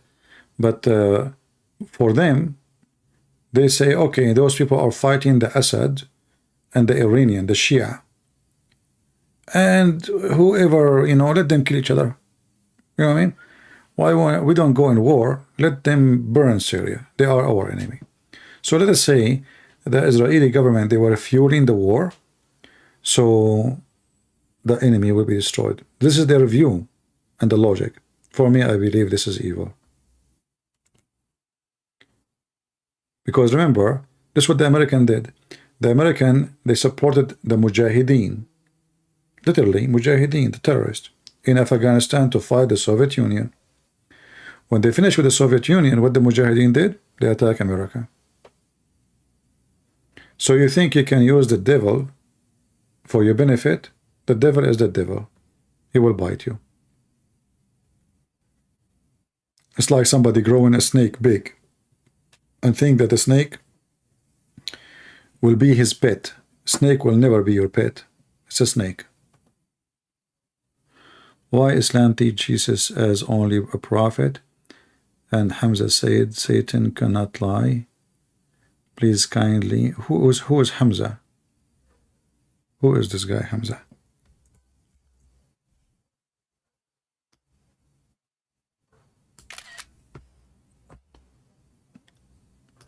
There's a prophet, his name is Hamza. When you ask me a question, try to make it clear. Who is this guy? So Master Assassin is a question why Islam teaches Jesus as only a prophet. And Hamza said Satan cannot lie. Please kindly explain him and his family. I understand. Hamza is a guy in the chat? Is a guy in the chat. Oh, okay.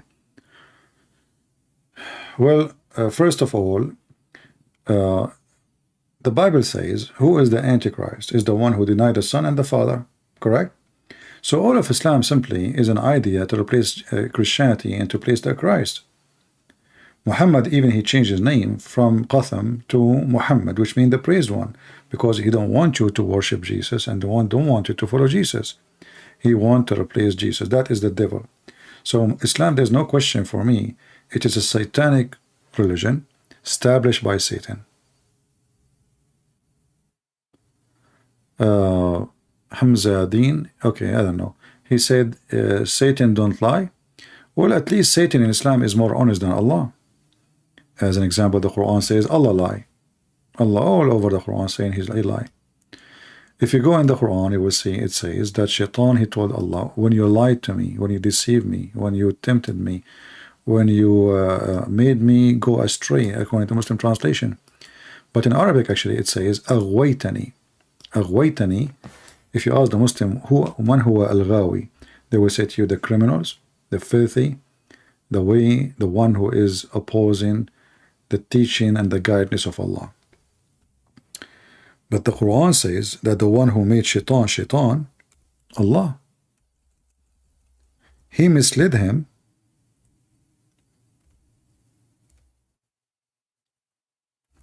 so he will do the job he want him to do. Chapter 7, verse number 16, it says, قَالَ فَبِمَا أَغْوَيْتَنِي. Because you deceived me. Look at the translation. Because you have lured me. I don't know. What lured me mean? Somebody tell me. I don't know really what is the correct meaning of this word. Because you have lured me. Who's talking? Shaitan. Satan is saying to Allah, you lured me. What lured me mean? Let me check the dictionary. I never use this word. I know there is a woman, her name is Lori, but lured me, I don't know what is it. Lured, tempt, okay. Pursued someone to do something, to go somewhere by offering them something exciting. Okay, so this is not a bad word. Is it a bad word? Is it something bad?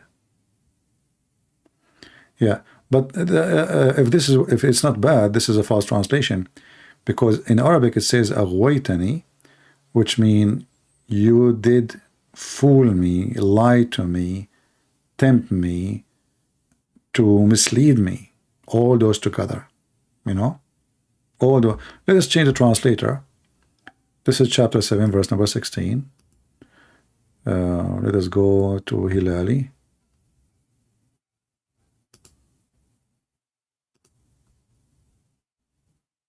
Here, look what they say. Because you have sent me astray. So who is the one who sent Satan astray? Allah. Okay, that means Satan is not a bad person. You know? Satan is not a bad person. Allah. He misguided him. Let's go and give it a different translation. And this is what is funny about Islamic translation. You cannot find one translation is decent. Let us see Bigtal. Send me astray, Bigtal.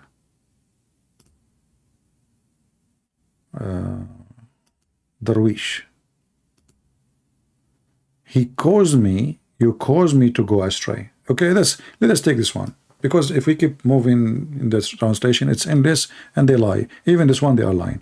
But you caused me to go astray. Who is talking? Shaitan.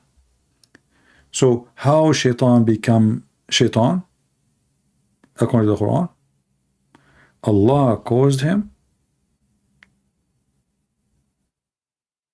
to go astray. It was not a choice of Shaitan. You know, if I am caused to be bad, can you call me bad?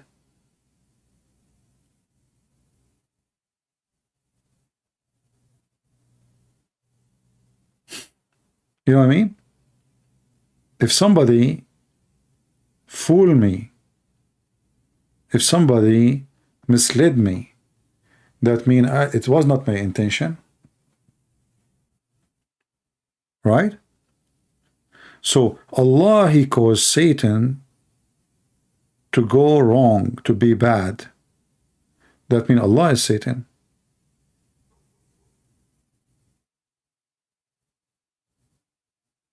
If we take the same word, Ghawi, you will find how the Muslim, they lie in translation in different place. I mean, the same word, suddenly it become criminals, the polytheist. Here we go. The same word, but for a group. Same exact word. Chapter 7, verse 175. Shaitan, he is one of the ghawin. Okay, what ghawin mean? Let us see. Who went astray. How he went astray? You are the one who caused him astray. We just showed you the verse. Did he go astray really, or you made him go astray? You go to the different verse. False translation. Chapter 15, verse number 42. It says, they translate the same word. Look, ghawin. You see it? Even they put it for you in English. Ghawin. Between two bracket, mushrikeen, which mean polytheist. And those who go astray, criminals, polytheist, evildoer. So what Allah made of Shaitan? He made him evildoer. Yeah. A Muslim in the chat, he is saying, what you will do if you find that Muhammad is right? We found that Muhammad is right. You know, when Muhammad, he says, you know, like he is the guide of mankind, and then we find him saying that all of you Muslims will go to hell. So he is right. Isn't it the Quran says, وَمَا مِنْكُمُ إِلَّا وَارِدُهَا? Not a single one of you, but he will enter hell. So he's right.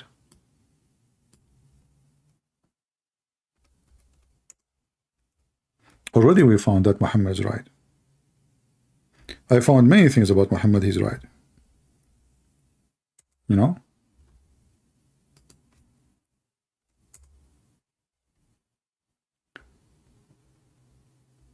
There is no way Muhammad is not right about all Muslims going to hell. And look how the Muslims, they translate, they say, pass over it. Lying. واردها ورد الشيء أي أتى إليه ودخله أو شرب منه. If you go to the interpretation, you will see right away, it says he enter hell, enter hell. Chapter 19, verse number 71. And this is your interpretation, not mine. Every single one of you Muslims will go to hell. With the Christ is the opposite. Jesus, he said, whoever believe in me and I will live. And the one who believe in me, you know, is the one who do the fruit of me. From their fruit you shall know them. Not just believe, because believe is a fake belief unless, you know, you don't do what you believe. This is your Quran, and this is your prophet cousin Ibn Abbas saying, not a single one of you, but he, in the exclusion of the prophet and the messengers, save that he will enter it, i.e. hell. Do you see it? That is a fixed audience of Allah. It's a command. So the guy is saying to us, what if you find that if Muhammad is right? Already we found that Muhammad is right. All of you Muslims will go to hell. There is no way a human being, he have a brain, he will follow a pervert. His wife is 6 years old. He admit that he was bewitched.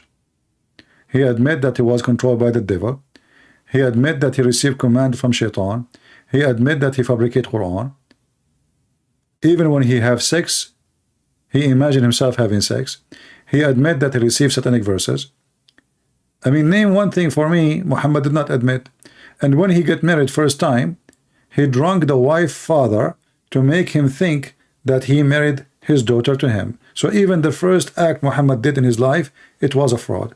And the funny is, the Muslim, they say that the Arab in the time of Muhammad, they call him as-sadiq al-amin, which mean the honest, the truth, the trust, the worthy.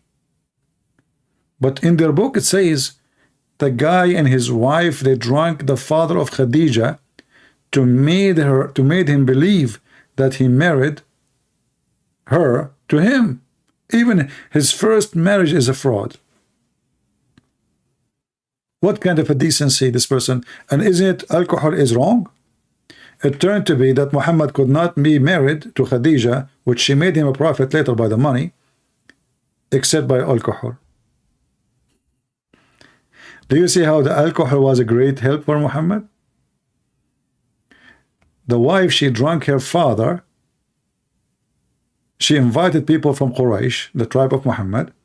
They made a party, dancing party, and all of them did drink until they drunk. This is the purpose. And then when her father got drunk, she took off his clothing and she dressed him with the help of Muhammad by the most expensive clothing he have, which usually he wear it only in certain occasions, like all of us, you know, even now. I mean, there's a clothes you wear for normal life things, and there's a clothes you wear when there's an occasion. So she took off the clothes of her father, she dressed him with the most expensive clothing he have, so when he wake up in the morning, he said, why I'm wearing this clothes? And that's what happened. He woke up, he said, what is this? Why am I wearing this clothes? He said, oh father, you forgot yesterday you married me to Muhammad. And I find it astonishing that the Muslim, they write this story in their book. Can you believe it? The Muhammadan, they say that anything does do not fit with the Prophet is taken off. Anything. So this is after they took all the garbage stories about Muhammad, and this is supposedly fit with the Prophet.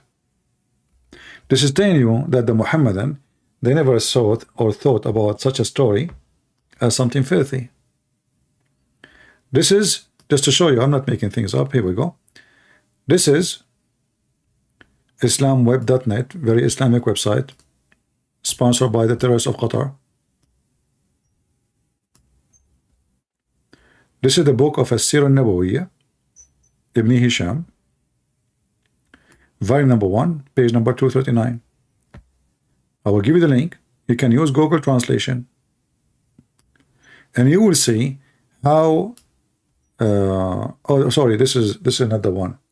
This is about Aisha Khadija. I click at the wrong sometime, you know, like, because I'm really tired, I search for Khadija wa Imtihanul Wahy. But anyway, this one even more funny. This one, Khadija, she asked Muhammad to sit in her left leg and right leg. You remember the story? And she asked Muhammad if he see the angel or not. But this one is good too. I will give you the link anyway. But this is not really what I'm looking for.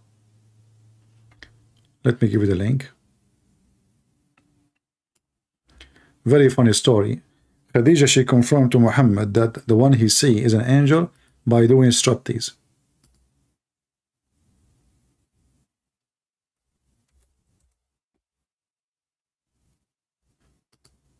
This is a very funny story, by the way.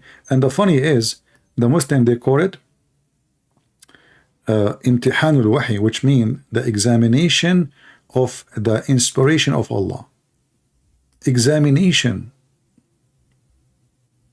This is how she examined, by striptease. She asked him to sit in the top of her, and when he started having sex with her, the angel, he ran away supposedly, and this is how she proved to Muhammad that this is a true angel. But the story we have about Khadija making her father drunk, actually this website, even they have an audio for it, you know. If you speak Arabic, you can click at the audio.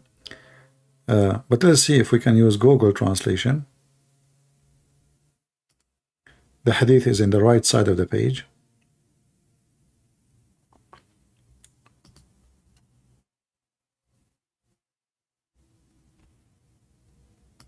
I don't know if translation looked like the translation did not work. Is like some part of the, yeah, actually the important part what we want is not translated, where it says she made him drunk. Let me try something else, different website.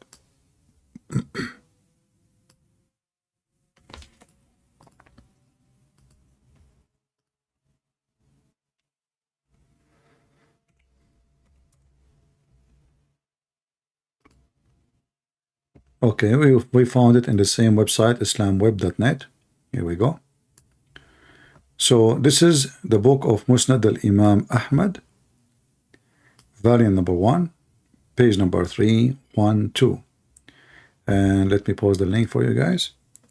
You can open it with Google browser, remember, because Google translation will not work unless you use Google browser. All right. And then you will see how Khadija and her husband Muhammad, who at that time he is not her husband, they cheat and they use alcohol to make her father drunk. So they can lie to him, make him think that he married Khadija, his daughter, to Muhammad. And this is telling you, you know, the Muslim, they say that Muhammad was from an honorable family, correct? If Muhammad was from the most honorable family, why the father of Khadija? He don't want Muhammad to marry her. You know what I'm saying? Khadija not only should be, I mean, the father should be happy that somebody is marrying his wife, because this woman, she have 2 husbands before Muhammad. She have a bunch of kids from each. And she is way older than Muhammad. So he should marry her, take her, you know? No, he don't accept. Because Muhammad is from the most dishonorable family. Otherwise, I change anyone to tell me why. Even when after he wake up, he wanted to take his sword and he want to go and attack Muhammad. Khadija, she said to him, do you want people to laugh at you? What do you want to say to them? What do you want to say to them? You make yourself miserable. What you will tell the people? You were drunk? You see, she's blackmailing him. The guy, he's so angry. And this Khadija, she's a very horrible fraud. She said, what do you want? Do you want to go outside and tell them I was drunk and I married my daughter to Muhammad when I was drunk? She want to shame him. But in fact, he did not even say that. Even the story in front of you, it says she made him drink until he got drunk.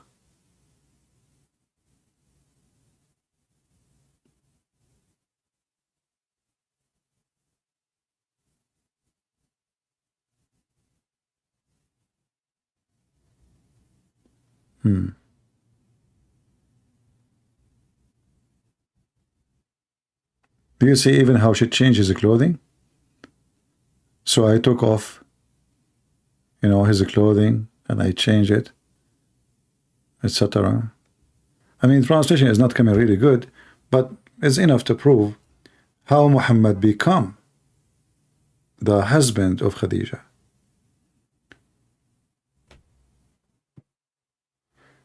And the funny is, they say that Muhammad was the most trustworthy between mankind.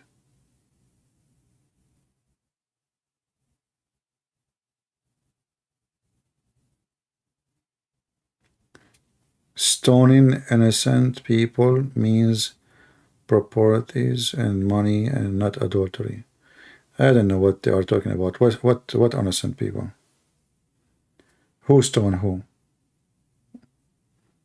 I know people, they say things. If you want to say something to me, make a full sentence so I can understand what you are talking about. Remember, we are talking about many things. So if you post a comment and then suddenly you are talking about stoning, like I wasn't talking about stoning, and then you throw a stone at me, and then you say innocent people. Who are they?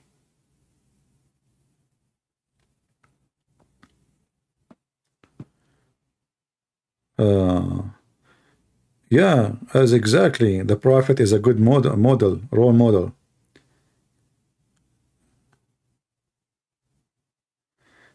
The 5 pillars of Islam is a lie. There's no such a thing, actually.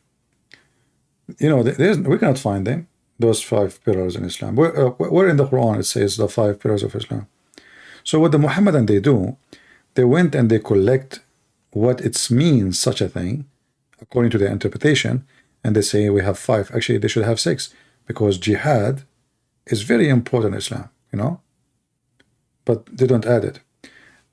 But if you go, you ask the Muslims, in the 5 pillars of Islam, if there is something about not to do fornication, no. If there is anything coming from the command of God, which is like given to Moses, no. Muhammad, he broke all the 10 commandments given to Moses. So how come this religion, the pillars of it, is totally opposing the 10 commandments given from God to Moses? As an example, the Muslim, they have to believe in destiny. Do you remember just 2 days ago, we have a Muslim, he called me and we spoke about destiny? Do you remember? And they tried to defend it about a child, and when I showed him a child, he was killed by Al-Qadr, and I asked him why he was killed. He said when he grow, he will do bad, he will become kafir. But when I ask him, you can watch it, you will die laughing. You will see right away how he's in trouble in 2 seconds. You see, the Muslims, they are used to speak to an average person, you know, an average brain. I ask him, I don't know if anyone knows what made in the video, we can play it so you can see what I'm talking about. So when I ask him how this person, when he grow, he will do bad if Allah killed him. If Allah ordered to kill this boy, how when he grow, he will do bad? If you watch the video, you will see how this guy is swallowing his tongue, because now he can't explain. It's stupid. But nobody asks such a question. Nobody think about it. When he grow, you know, if you go to the verse, it says when he grow, he is going to do bad. He's going to be bad. Okay. Allah, he knew the future. Allah decide the future, which means even if he does bad, it's not his fault. As you see, shaitan caused to be shaitan by Allah. If I kill, Allah made me kill. If I commit adultery, and we'll show you the reference, watch the previous video. But now, this child was slaughtered because when he grow, he will do bad. But this guy, he don't grow. You killed him. You know what I mean? How Allah, he ordered Al-Khadr to kill the guy. And when he grow, he will do bad. They say to you, Allah, he knew the future. What future? The guy don't have a future. What future? If the guy is going to die, and he now is killed, how he's going to have a future, bad future? Are you with me? This is showing you how stupid the Quran is. When he grow, he will be bad. Okay. But you order Al-Khadr to kill him because when he grow, he will be bad. So how Allah, he saw a future will never happen? Because his destiny is to be killed. How it can be your future, which you never did? Do you understand, people, what I'm saying? Do you see why I see this verse is very stupid? It's extremely stupid. Actually, this one alone is enough to prove Muhammad to be a certified idiot.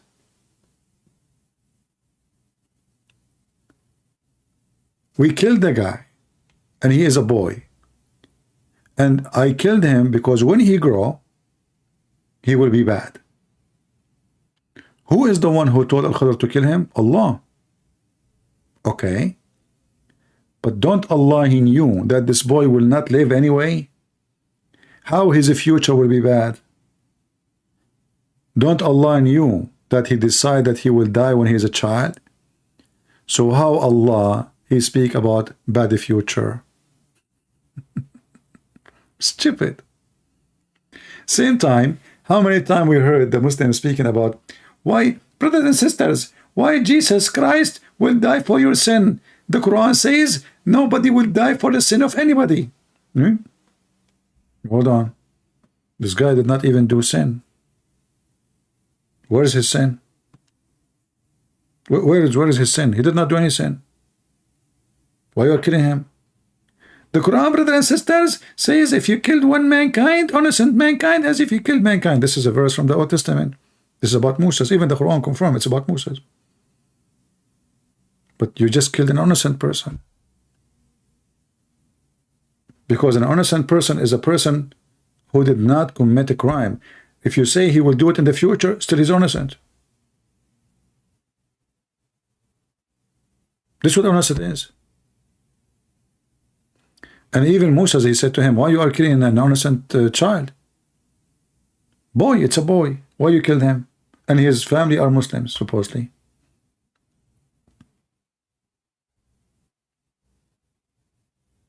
So Islam is a stupid religion. In one hand, they claim that Allah, he knew the future, but don't Allah, he knew that the kid will be killed and he have no future? If there's a future to come, he will be bad in the future. That is a clear contradiction, because if we kill the kid, he have no future to be bad anyway. So how you saw a future which will never happen?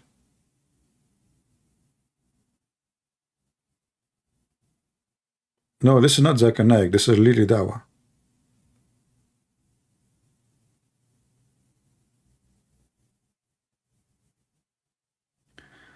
Servant girl, she says, when you are people of the book, you are not easily fooled by a counterfeit. Yeah, exactly. When you are people, we have a book. We have a book. That's why even the Quran call us. I mean, those stupid Muhammadan, they call us. They say our book is corrupted, and yet they call us people of the book. It's like calling Sam Shamoun the guy with the hair. I mean, the guy, he have no hair. If our book is corrupted, that's mean we are not people of the book. So why you are calling us people of the book if we don't have a book?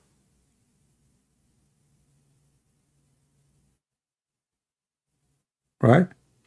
Anyway, I'm not going to stay longer, because I think I saw in the channel of brother Sam Shamoun, he's going to go live today, correct? Late? Is that correct? I saw that. So if you guys want to join his channel,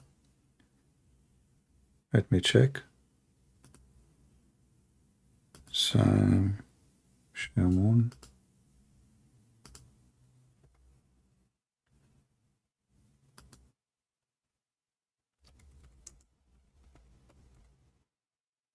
We asked people to make a summary video of my previous video about Lili Dawa. Nobody did it.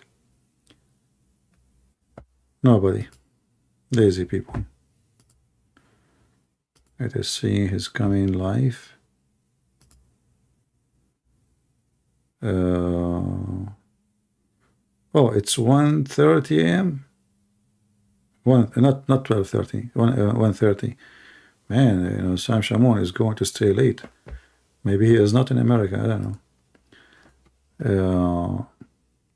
Anyone have a question before we go?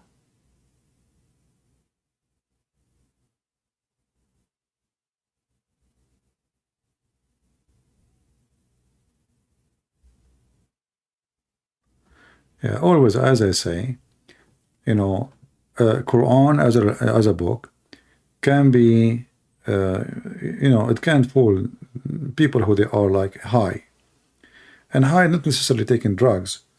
You know, you are just very shallow, easy to be, I want to use the word lure, you know, easy to be lured, easy to be driven.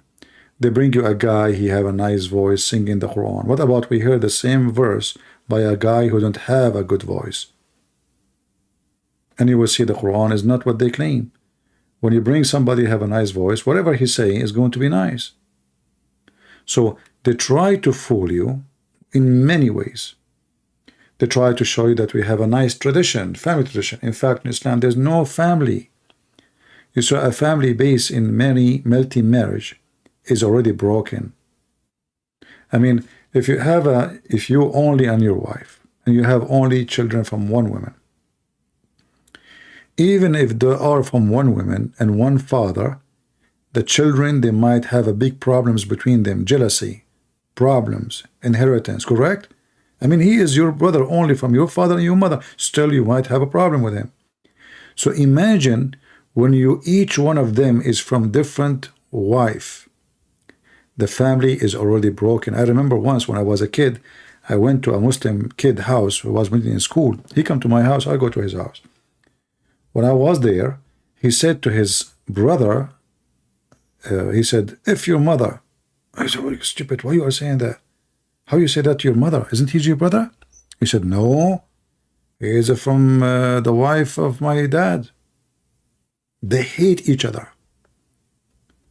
The wives, each one of them, she tried to take money as much as she can from the husband. And sometimes even if things go good for their benefit, they gang against the husband. So they keep asking for money, furniture, so he will not marry a new woman and he will not divorce one of them. Because the second a Muslim man, he get rich, he replace one of his wives.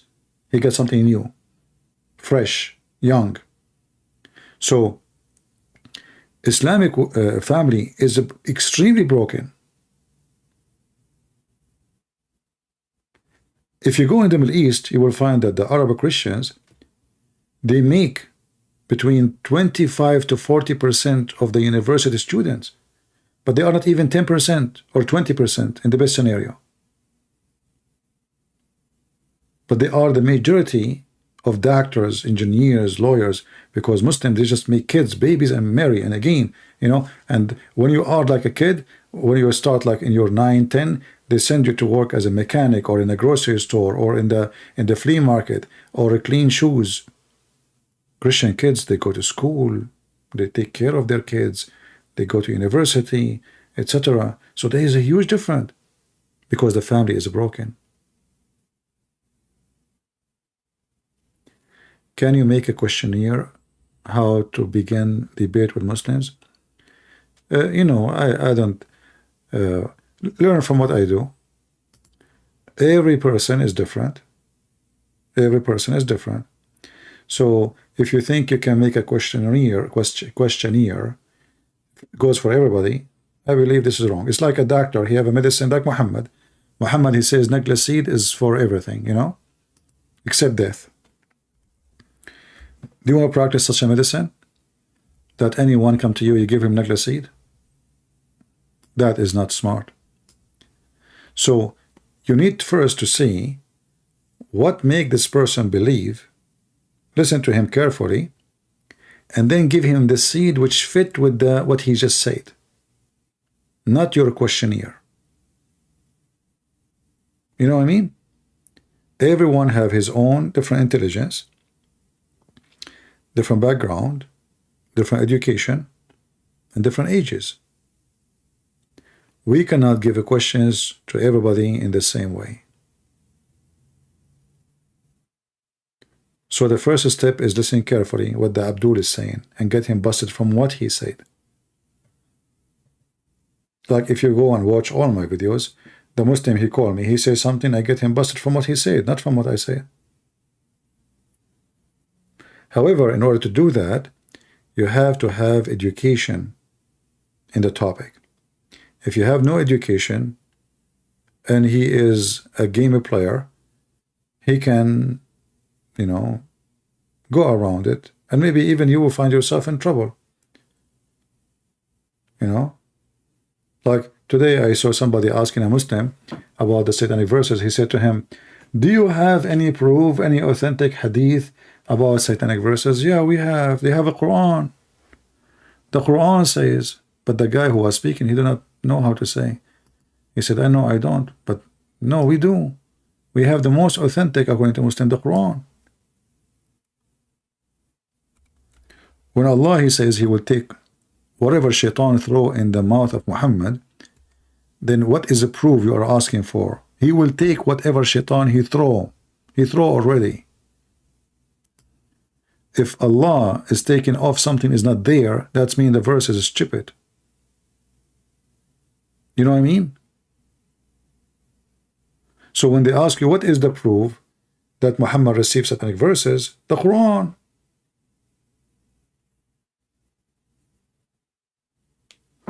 And look at the translation, you know, but Allah will supersede the tempering of Satan and confirm his verse. This is not what it says. That's false. It says Allah, he will take away. You change the translator, you will see different meaning. Totally different Quran. And this is another issue. The Muhammadan, they play games and they show you a translation which is not accurate. Read with me carefully. Not a single messenger, never even one, a prophet before you, but when he recite what? Revelation, or narrated or spoke, Satan throw some falsehood between two brackets in it, but Allah abolish it. Abolish what? What shaitan he throw in. Okay. So you are asking me for a proof that shaitan he throw? It says in front of you. Are you with me? Do you understand? So the Muslim now, he want to make it supposedly hard for you. Do you have any authentic hadith to prove the story? The Quran, it's in front of you. Allah will take what? Will take what shaitan he throw. So if shaitan did not throw, Allah do not even need to make the verse. And by the way, there's no proof that this verse itself is not made by shaitan, because if shaitan he was able to make it once, throw satanic verses in the mouth of Muhammad, shaitan he can make it again and again and again. Especially we have many hadith confirming that Muhammad was bewitched, misled, controlled, commanded by the devil. So the Muhammadan always, they will play game with you, depend on your education. How much if you speak Arabic is a different story. Number one reason actually they don't dare to call me, because I person who speak Arabic. That make them very much intimidated, and then they notice how much you know. That will make them make poo-poo in their pant. It's not only he speak Arabic. We cannot tell him, you know, when Mimi Hijab was debating David Wood, he said, you do not know Arabic, you do not know Hebrew. Allah, Elijah mean God with us. He's making mockery. Suddenly Mimi Hijab he speak Hebrew now. You know? So always they will try to put you down. Oh, you don't speak Arabic. Oh, you do not know. Oh, this is a wrong translation. They themselves they will say this is a wrong translation, just to deceive you.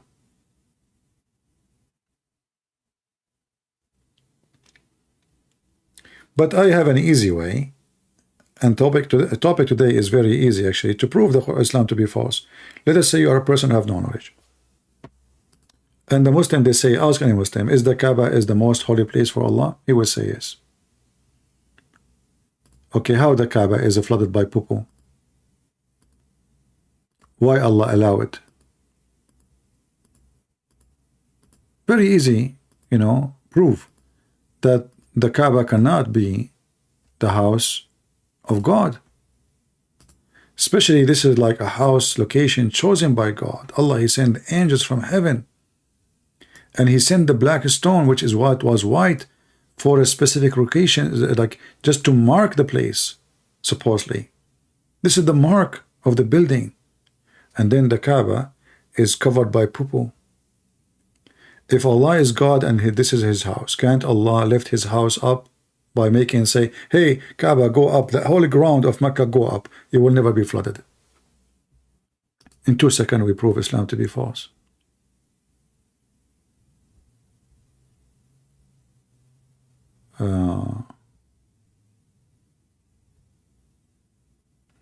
Yeah, you know, hadith about Muhammad, he speak to the rocks, yeah. And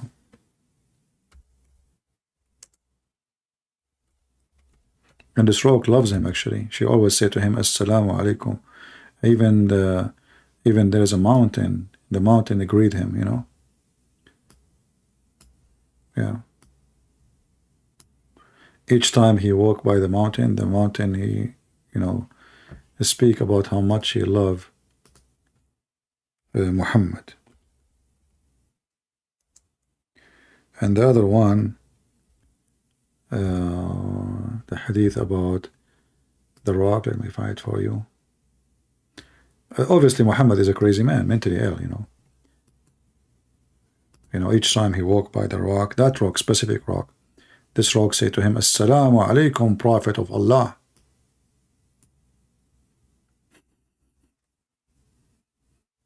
All right? As you see, all those hadith, they are sahih, they are authentic. Mental.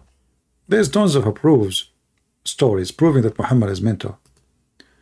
You know, everybody knows that people who have a mental illness, you see, when we speak about mental illness, we are not putting people down, because it can happen to you, it can happen to me, it can happen to anyone. So maybe you are lucky you don't have that, you know, but we are not putting a person down. But this is telling us there is something wrong with this person. I mean, okay, you are a messenger of Allah. Allah send you. Why only Muhammad he hear the rock saying to him, Assalamu alaikum? You tell me. Give me even what the benefit of this. And yet the people, they keep saying to Muhammad, why you don't have a miracle? Well, this is a miracle, this is true. Muhammad almost dead, and the Arab keeps saying to him, according to the Quran, why yet not a sign? One sign. So if a rock speaking to me, well, let everybody hear the rock. Walk by the rock and let the rock say, Assalamu alaikum Muhammad, Prophet of Allah. That's it. You have a stones even talking.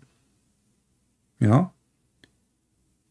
Muhammad, he convert the trees into Islam.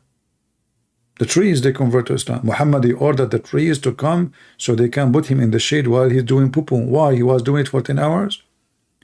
I mean, you sit in the shade of a tree, and okay, how long is going to be there doing poo-poo? Because the shade of the tree will not change in 2 seconds, or even 10 minutes, or even 15 minutes. All those stories, we cannot find them in the Quran. Did you ask yourself why? How come in the Quran we find that Jesus made the blind see, he made the one who cannot walk, he can heal the leper, he can resurrect people from death, he can make from the mother bird, all the miracles of Jesus in the Quran, but we cannot find the miracles of Muhammad in the Quran. We find them in stories here and there. And then when Muhammad, he come with the stories which not only doesn't make sense, it's stupid, like the story of Moses chasing the thief, which is a rock, you know, who stole his clothing, which is true. When I was in the Middle East once, actually, I remember once, that's why I don't have money. Guys, help me, please. The stone took my wallet. You know, please, guys, help, please. I was in the, you know, in the desert, and I put my clothes on the rock, and then when I turned my back, because I was going to take a shower, you know, in the desert, brother, and then I turned my back and I found the stone. She carried the stone, and she carried the wallet and my clothes and run with them. Okay? And then the reason for that, Allah want to prove that I don't have hernia. Look at this. The Jews, Moses is a shy person. This is a story of Muhammad, not my story. Read it. This is authentic. This is authentic. Any of those stories proven to us that Muhammad is mentally ill. So, you know, when the first time I did read this story, I was just a kid. And I was saying to myself, what the heck is that? You know what? And then the first thing come to my mind, the stone stole the cloth because Allah want to expose the penis of Moses, because the Jews accuse his penis to be sick. Wow. So Allah, he made the stone steal the wallet and the clothes of Moses. Moses, this is the plan of Allah. Smart. Moses now, he have to chase the stone. Stone is running. The stone keep going, keep going, keep going, until the stone arrived to the middle of the town. Read carefully. So Moses run after it, saying, "O stone, O cloth, O stone, my cloth." And then the children of Israel, Banu Israel, children of Israel, they had the chance to see his penis, brother.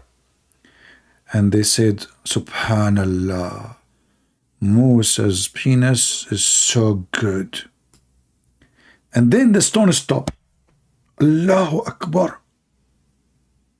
So the stone keep running, keep running, keep running, keep running, until it arrived to where all the Jews are, in the market. And now all the Jews, Jack Shalom, Netanyahu, Shalom alaikum. Oh, Moshe Habibi, your penis is so good, Moshe. Sorry, Moshe, we accuse you that your penis is not right. We thought your penis is going left, like broken or something. You put a glue on it, have hernia, or sexual disease or something. Moshe, look at this, Subhanallah, Moshe Habibi, your penis is so wonderful. Can I touch it? Can I take a selfie with it, Moses? But the first thing you notice when I was a kid listening to the story or reading the story, nobody noticed that the stone is running. Nobody between all those people, including Moses, like, okay, a stone took your clothes. Moses, he is not even astonished how the stone is moving. He just is chasing the stone, and he's telling the stone, stop, stop, my clothes, stop. It looked like at that time, stones did do that. you will notice that the story is focusing in the penis of Moses, but nobody asked himself, how come those Jews, nobody, including Moses, nobody asked himself how in the world the stone is running without legs, and how the stone she can carry his clothes. I mean, let us say the stone is round and it's running. That means that the clothes will fall down. How the stone is running? I will go with you. Maybe it can go round. How the, you know, I mean, the story doesn't even fit for a 5-year-old kid.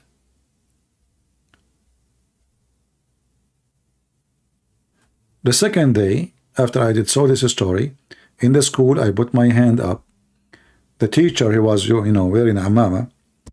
He said, listen, Christian boy, if you don't stop harassing me, I will tell the principal.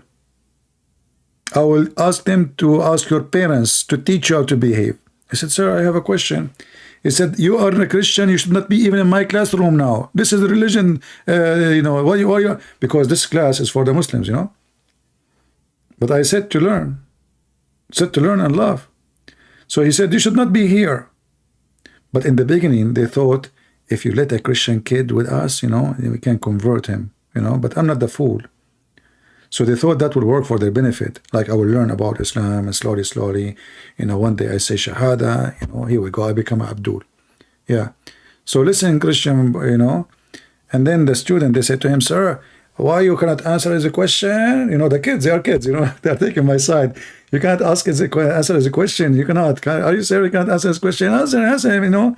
You just told him he's a boy, you know, we are boys, answer us, you know, he would go ask. And then the teacher, you know, I asked him, I said, okay, what the question? I said, okay, well, how come nobody noticed that the stone is moving in this story?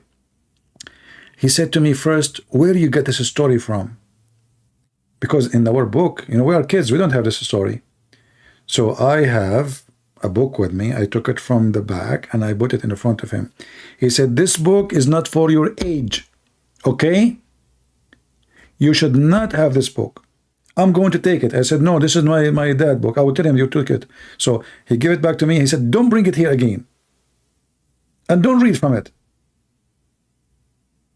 He got so upset. He have his umbrella, you know, those are long umbrella. And he start like waving the umbrella in front of me. He said, I swear by Allah, I will use this umbrella with you if you come and bring me any question from this book. The question you can give me is only from the textbooks which is given by the school.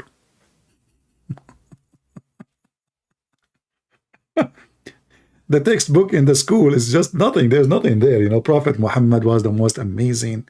He married to Khadija. She was a wonderful woman. He, you know, he's against the idols. The Jews, they hate him. Allah made them pigs and monkeys, you know. Yeah. Yeah, I remember once I asked the teacher too about the pigs and the monkeys. I said, sir, why he made them pigs and monkeys? He said, they broke the Sabbath. Are you deaf? I said, but Muslims don't keep the Sabbath. He said, we should not keep the Sabbath. This is for the Jews. Allah command the Jews. I said, okay, but Muslim, they break Friday. He said to me, we keep Friday. I said, but Muslim break Friday. They work on Friday. He said, this is different. I mean, this is stupidity. How if you break the Sabbath, Allah will make you a pig and a monkey? And how Allah gave the Muslim a Friday instead of the Sabbath? And the Muslim, they break the Sabbath, and Allah don't make them pigs and monkeys. Anyway, so, I mean, this is a very stupid... I mean, have you ever heard of such a stupid story? You break the Sabbath, I will make you a pig and a monkey. But somebody here rape a woman, Allah will not make him a pig and a monkey.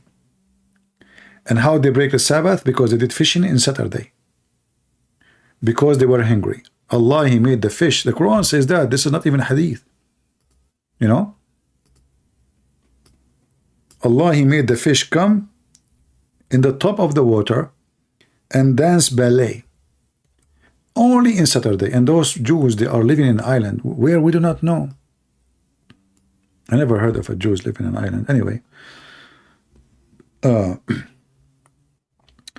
So the you know, those people, they want to eat, they have kids, and they don't know what to do. So Allah, He told them, don't break the Sabbath, but He, like in purpose, He make the Sabbath, He makes, sorry, the fish come only. And even this is their story. Even the Muslim, they say, this is, yes, this is what happened.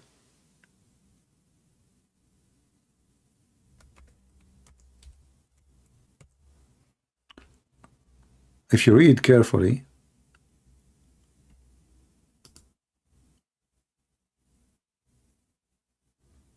this is one verse speaking about how Allah made them pigs and monkeys. And there's other verse.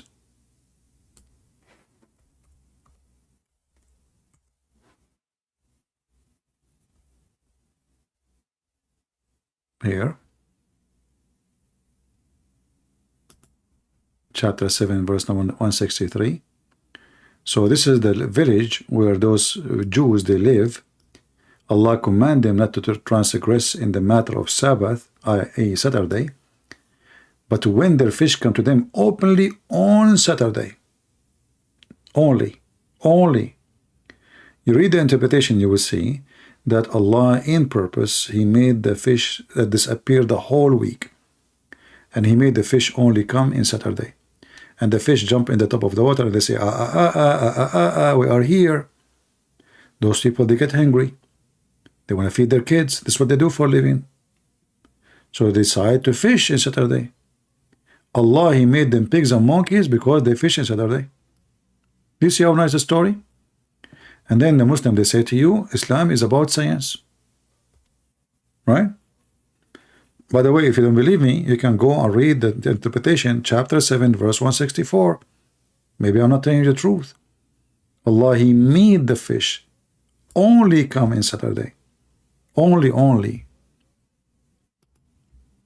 How? And in the same time, Allah, He forbid the Muslim from eating pork. But if you are hungry, Allah is all merciful. Okay, those Jews are hungry. They want to eat on Saturday. They want to fish on Saturday. No, Allah isn't merciful. He made them pigs and monkeys. Very stupid religion, very stupid logic, fairy tale stories. Pigs and monkeys, you know. Pigs and monkeys, He made them for breaking Sabbath. People kill, people lie, people steal, people cheat, people fornicate, people rape kids, people, and then for fishing in Saturday, we made them pigs and monkeys.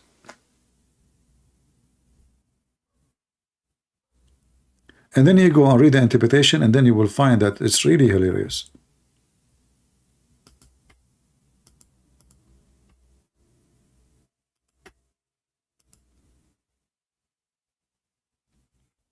Just to show you, I'm not the one who's making, you know, I mean, the meaning up. This is what they believe. This is what they believe. You can read Ibn Kathir. You know, the fish come only to them in Saturday, visibly. Only in Saturday. In the other days, the fish disappear. Who made it this way? Allah.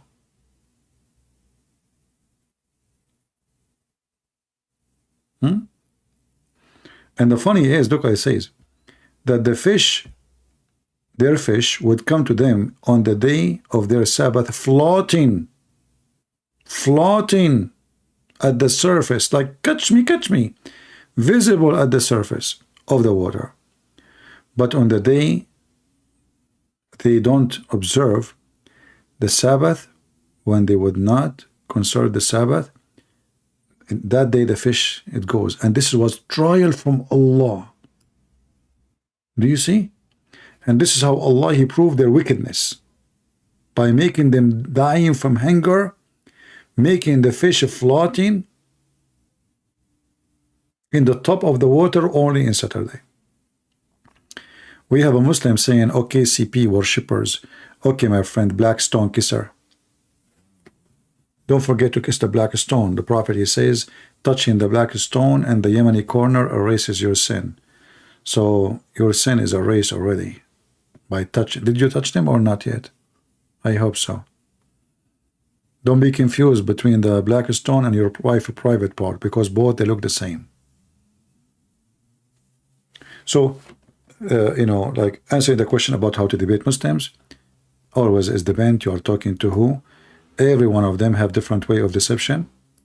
Like there's the kind who will say to you, I don't accept this interpretation. Now you have to deal with him. Or I don't accept the hadith. They think they can save themselves by saying I don't accept the hadith, like Fakira, you know. Oh, I don't follow Ibn Kathir. Oh, Al-Qurtubi. They try everything. You think you have a lot of evidence, and then they will try to strip you from the evidence one after one. So right away you will notice they claim I don't accept hadith. Why? Because there's many fabricated hadith.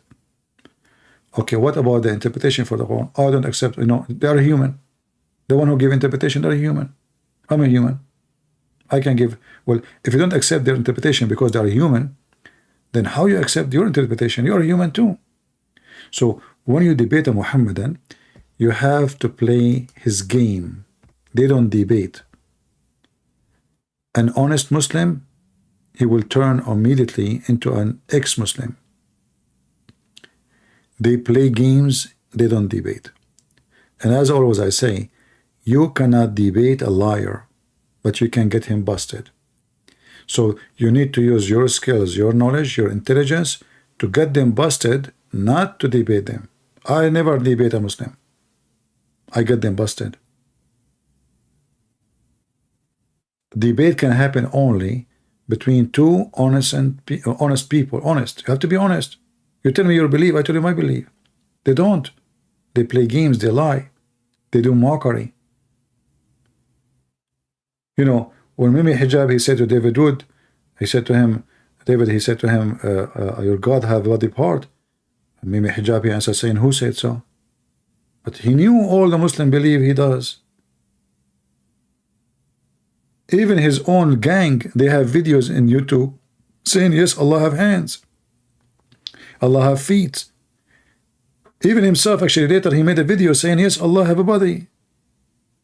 But in the debate, he made a mockery of David Wood, and he made himself, he never heard of it. So those kind of people you have to be ready and to treat them with mockery. You see, Muslims are different from others. When they make a mockery of you, they are testing your water to see how weak you are. If you make a mockery back, they will notice that you are not the one they can play with. They try different.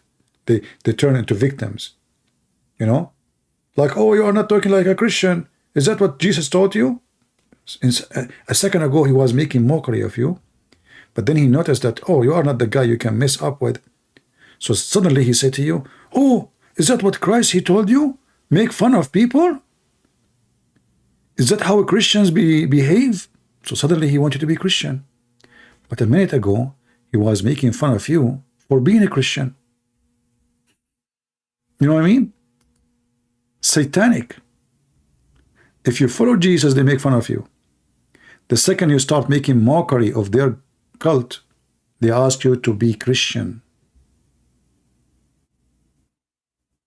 In their mind, they believe that a Christian means submissive person. A person is so easy to control, peaceful. But this is false. We are peaceful with those who love peace. And the peace have stages. We Christians, when time to go to war, we went to war to defend ourselves. When time the war is debate, we debate. When time the war is fighting the devil, we fight the devil. When time the war is to fight our temptation, we fight. This is all is war. It's the stages of war. Every place, every occasion have a reaction for it. So somebody come into my house to attack me, yes, I'm a Christian, I'm peaceful, but then I will defend. I will make you shish kebab. Not only I will defend. Don't think because I'm a Christian, oh, Jesus, he said, if you hit you in your right cheek, give him the other one. Well, Jesus was saying, follow the law. Don't be an evil. Don't fight evil by evil. If I defend myself, I'm not being evil. The Messiah himself, he says, the one who don't have a sword, go on by one. So they have an idea that you are, as a Christian, you are weak because you are peaceful. And they take advantage of that. That's why when they speak to me, they say, oh, this is not how Christians behave. And even some Christians, because they have understood Christianity wrong, they think Christianity is giving hugs and kisses to people. That's absolutely false. All the life of the Messiah in this earth was a struggle with the hypocrite, with the liars, and he called them hypocrite. He called them Satans. He called them, evildoers. He called them sons of serpent. I mean, what more than this? Evil generation. But the false one of us who tried to paint Christianity as a pinky religion, pink, like these days, like the liberals, in one hand the liberals, they say like Joe Biden, he claimed to be Christian. He have a Bible, he go to church, but he support homosexuality, etc. So we don't want to mix ourselves with those who try to make Christianity pink, for they are not Christians. The Messiah even forbid us from taking an oath, either yea, yea, or nay, nay. This is how serious Christianity is. Either you say yea or nay. Why you want to take an oath? Oath is for the liars. They want you to compromise. And they think that the best Christian is the one who compromises, when the fact is the worst and the false Christian is the one who compromises. The government, they have their own law. I don't compromise. I don't believe in it. I'm not going to go and fight them. I'm not going to make war, but I will not accept it. I will not teach it to my kids. I will not teach it to the Christians. They like it, they don't like it. You don't like it, take me to jail. Do as you wish. But you cannot force me to believe in your garbage. I'm born free and I will die free. Where I die doesn't matter. How I die doesn't matter. Because death is one. But the man who, or the woman, who die and they lost their freedom. Freedom not necessarily losing it by slavery, like the old style. You are a slave if you compromise. You are a slave if you say what people want you to say, not what you believe. You are a slave if you agree with people you never agree with them. You in your heart is totally against it. That is a form of slavery. And this is what the liberals are trying to do these days. They try to force on you homosexuality, transgender. They bring people to your kids, teach them how to have sex with men. I mean, very, very trying to corrupt your children to the maximum. You don't compromise. The second you compromise, the Messiah will say to you, depart away from me, I do not know you. You will see many, they claim to be priests, but they don't dare even to speak about such a topic because they are corrupt, because they are fraud, because they are doing business. The Bible is our constitution before the government constitution. I follow the Messiah. I don't follow Joe Biden. I don't break the law. But that does not mean I will worship your law.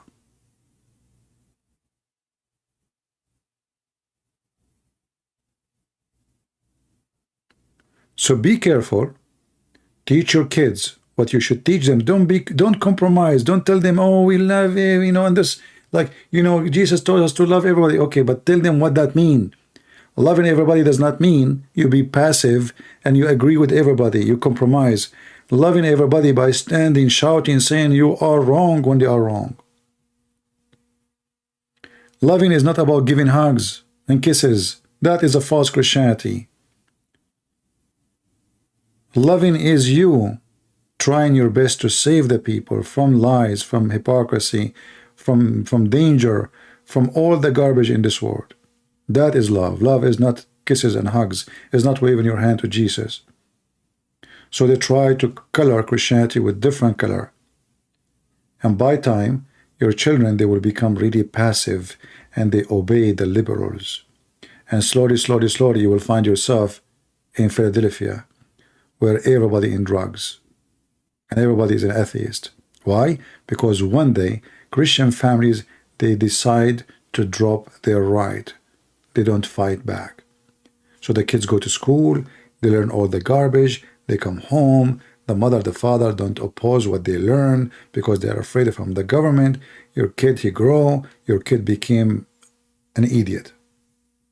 And then he will start a family, and now the family is officially an idiot family.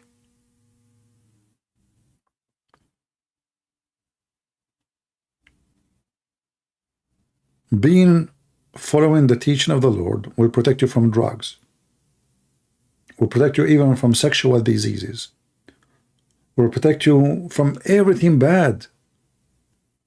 You see, you have a protection in your hand. It's the book of God. It's not the government.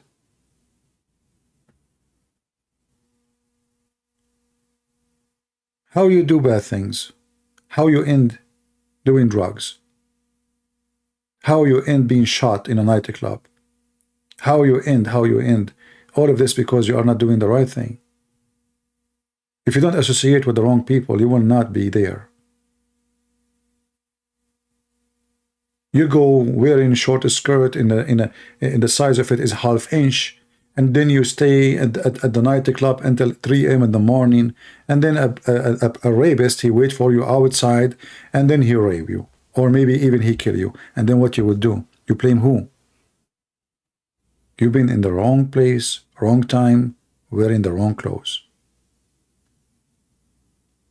I'm not saying I am blaming you, but you have to blame yourself. The rapist is there, always is there, always there is a rapist. Always there is a rapist somewhere. Always there's a criminal somewhere. But when you give them the opportunity, you become a victim.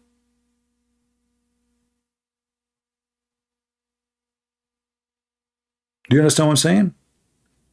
So like today is what? Today is Saturday. What many people they do? They go get a drunk, nightclub. Okay, you know what? It's good to have fun. It's good to have a friend. But there is time. You don't stay late. You don't get a drunk. I don't drink. But the second you get drunk, that means you are giving opportunity to someone to take advantage of you. So why you want to be stupid? Why you want to stay late? Do you know what happened at late at night? Who's going to be in the street? Even the good ones, they will get drunk.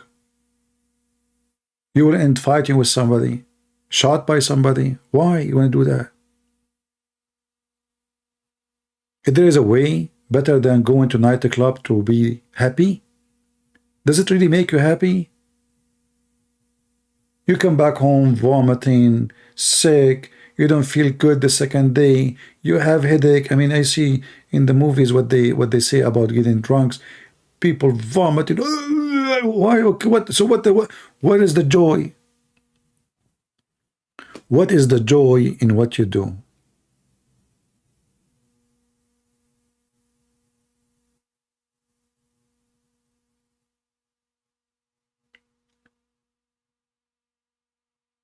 So always you have to be vigilant.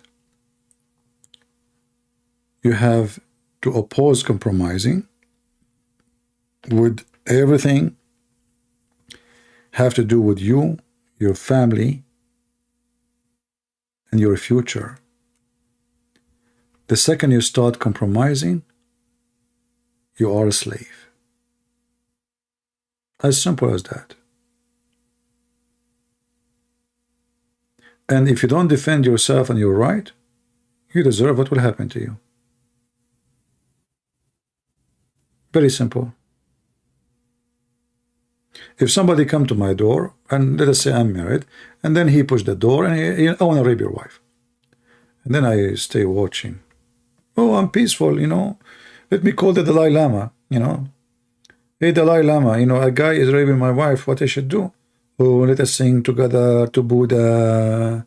Repeat with me, Buddha, help me, Buddha, help. This is not how you do it. The rapist, you make him shish kebab. You throw him out of your house as a dog in case he's still alive. A man, a real man, he defend his life, his family, his country. Coward is the one who watch. Coward is the one who don't stand for what is right.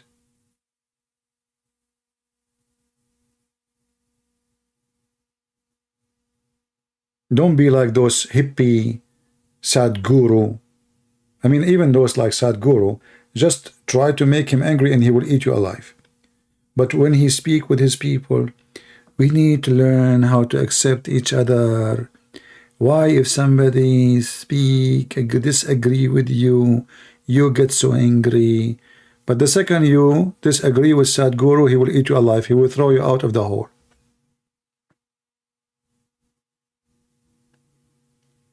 And this is all the case for those gurus.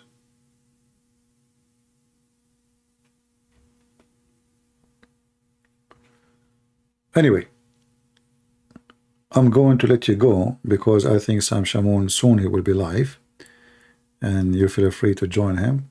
Actually, I will share his link. Oh, it says 67 minutes. I mean, is Sam Shamoun sure from the time? He will be at 1:30 a.m. Woo. Anyway, this is the link for him if you like to be there. All right. So I want to say thank you guys for being here. We don't know if we will be here tomorrow. Actually, already it is tomorrow. So take reference, save what we say, take notes, educate yourself. Knowledge is power, ignorance is weakness, and that goes for everything in life, anything. The more you know, the more you are strong. The less you know, the more somebody will take advantage of you. The more you know, people respect you, will have a place for you to talk. The less you know, people will ask you to shut up because you are speaking stupid. Knowledge is a treasure, and those who seek knowledge, they are seeking the best treasure ever. Everything by time can change. Your look, get older, get whatever. But your wisdom is the only thing will make you different in the future. Your knowledge will make you grow in an amazing way by becoming wise, smart, enjoying even thinking, enjoying reading, enjoying learning. You will become a different person. When you are ignorant, you are shallow, you are silly, you are stupid. Your joke is different. Your music is different. Everything you do is different. The way you dress is different. So knowledge can change everything in your life. Every aspect of your life. Even the paint in your house will change, trust me. The music you listen to. The food you eat. Because you will see the world in a different way. You will see even your family in different images. You will see everything you are born within differently. When you are knowledgeable, you will not be racist because you understand then the differences and what make people do bad or good. When you are knowledgeable, you will not be hateful because then you understand that hate is not for your benefit. Hate will hurt you. Justice is what we seek, but not hate. Even when somebody commit a crime against us, we seek justice. We should not seek hate. Hate is something will kill the one who carry it more than the target. You will not enjoy your life. You will not enjoy a minute. So this is why knowledge and wisdom and all of this can be taken together by being attaching ourselves to the gospel and not to listen to the fool. Go and open any chapter today. Try to do this. Open any speech the Messiah he said. Maybe you can play an audio. There's many websites they play audio for the gospel. Close your eyes and try to see and try to understand and try to enjoy what Jesus said. And I will tell you how really you can even enjoy it better. Try to imagine yourself between those people who they are there. Like Jesus in the mount. Imagine yourself you are in the mount. Play the audio and imagine, try to see like what's happening there, the voices, the people, what they are saying, what they are doing when the Messiah is talking, and try to take what he say and see how that work in your life. And you know, I find that the most amazing thing about the words of the Messiah, that even though he said those things 2,000 years ago, even today we are in the time of they want to go to Mars. Cars are going in the street by themselves. There is no driver. Things is changing upside down. Still you can find what he said 2,000 years ago is something to you as a person. Yet every one of us have different age, different stage in life, different education, different languages, different color, but you will see the story speaking to you. And that what make the word of God the word of God. Is not poetry, is not eloquent of language. The success is when the word can speak to you, no matter how old it is, no matter how far away it was. I challenge anyone to go and listen to any speech of the Messiah, and you tell me that you did not find him speaking about you. This is how we know what is from God, what's not. Not a stupid Qur'an. We need to sing it to make it sound nice. But the second we start reading the meaning, we get confused. It's so stupid, it's meaningless, in the same time teach us bad ethic. When the Messiah, he said, I am from above, you are from below. He meant what he said. However, we are from below. But if we follow the Messiah, we can be people of above. Because the Messiah, he hired the standard of his followers. He don't want numbers. He don't want just people to believe by name. He want a revolution inside you. You take yourself up. He came down to you to take you up, not to keep you down. And the way to take yourself up to him is by reading, education, strong faith, not to compromise. And the more you are strict with that, the more you will be close with him. And remember, the one who's talking to you is a sinner. I'm not schooling you about how to be good. All of us, we commit sin. But there's a huge difference between someone, he is proud about his sin, and he made his sin as a lifestyle. The way he want to live, the way he want to die. Garbage in, garbage out. We don't want to be garbage in, garbage out. We want to be changing our life, staying away from the garbage. Enough is enough, and time for a change. So I want to say thank you all for being here. May the Lord bless you. If you like to download the video, feel free. If not, I might delete it later, so people can watch the previous video. And until I see you soon, Christ is Lord, and everything is false if it's not about him. Thank you. Take care.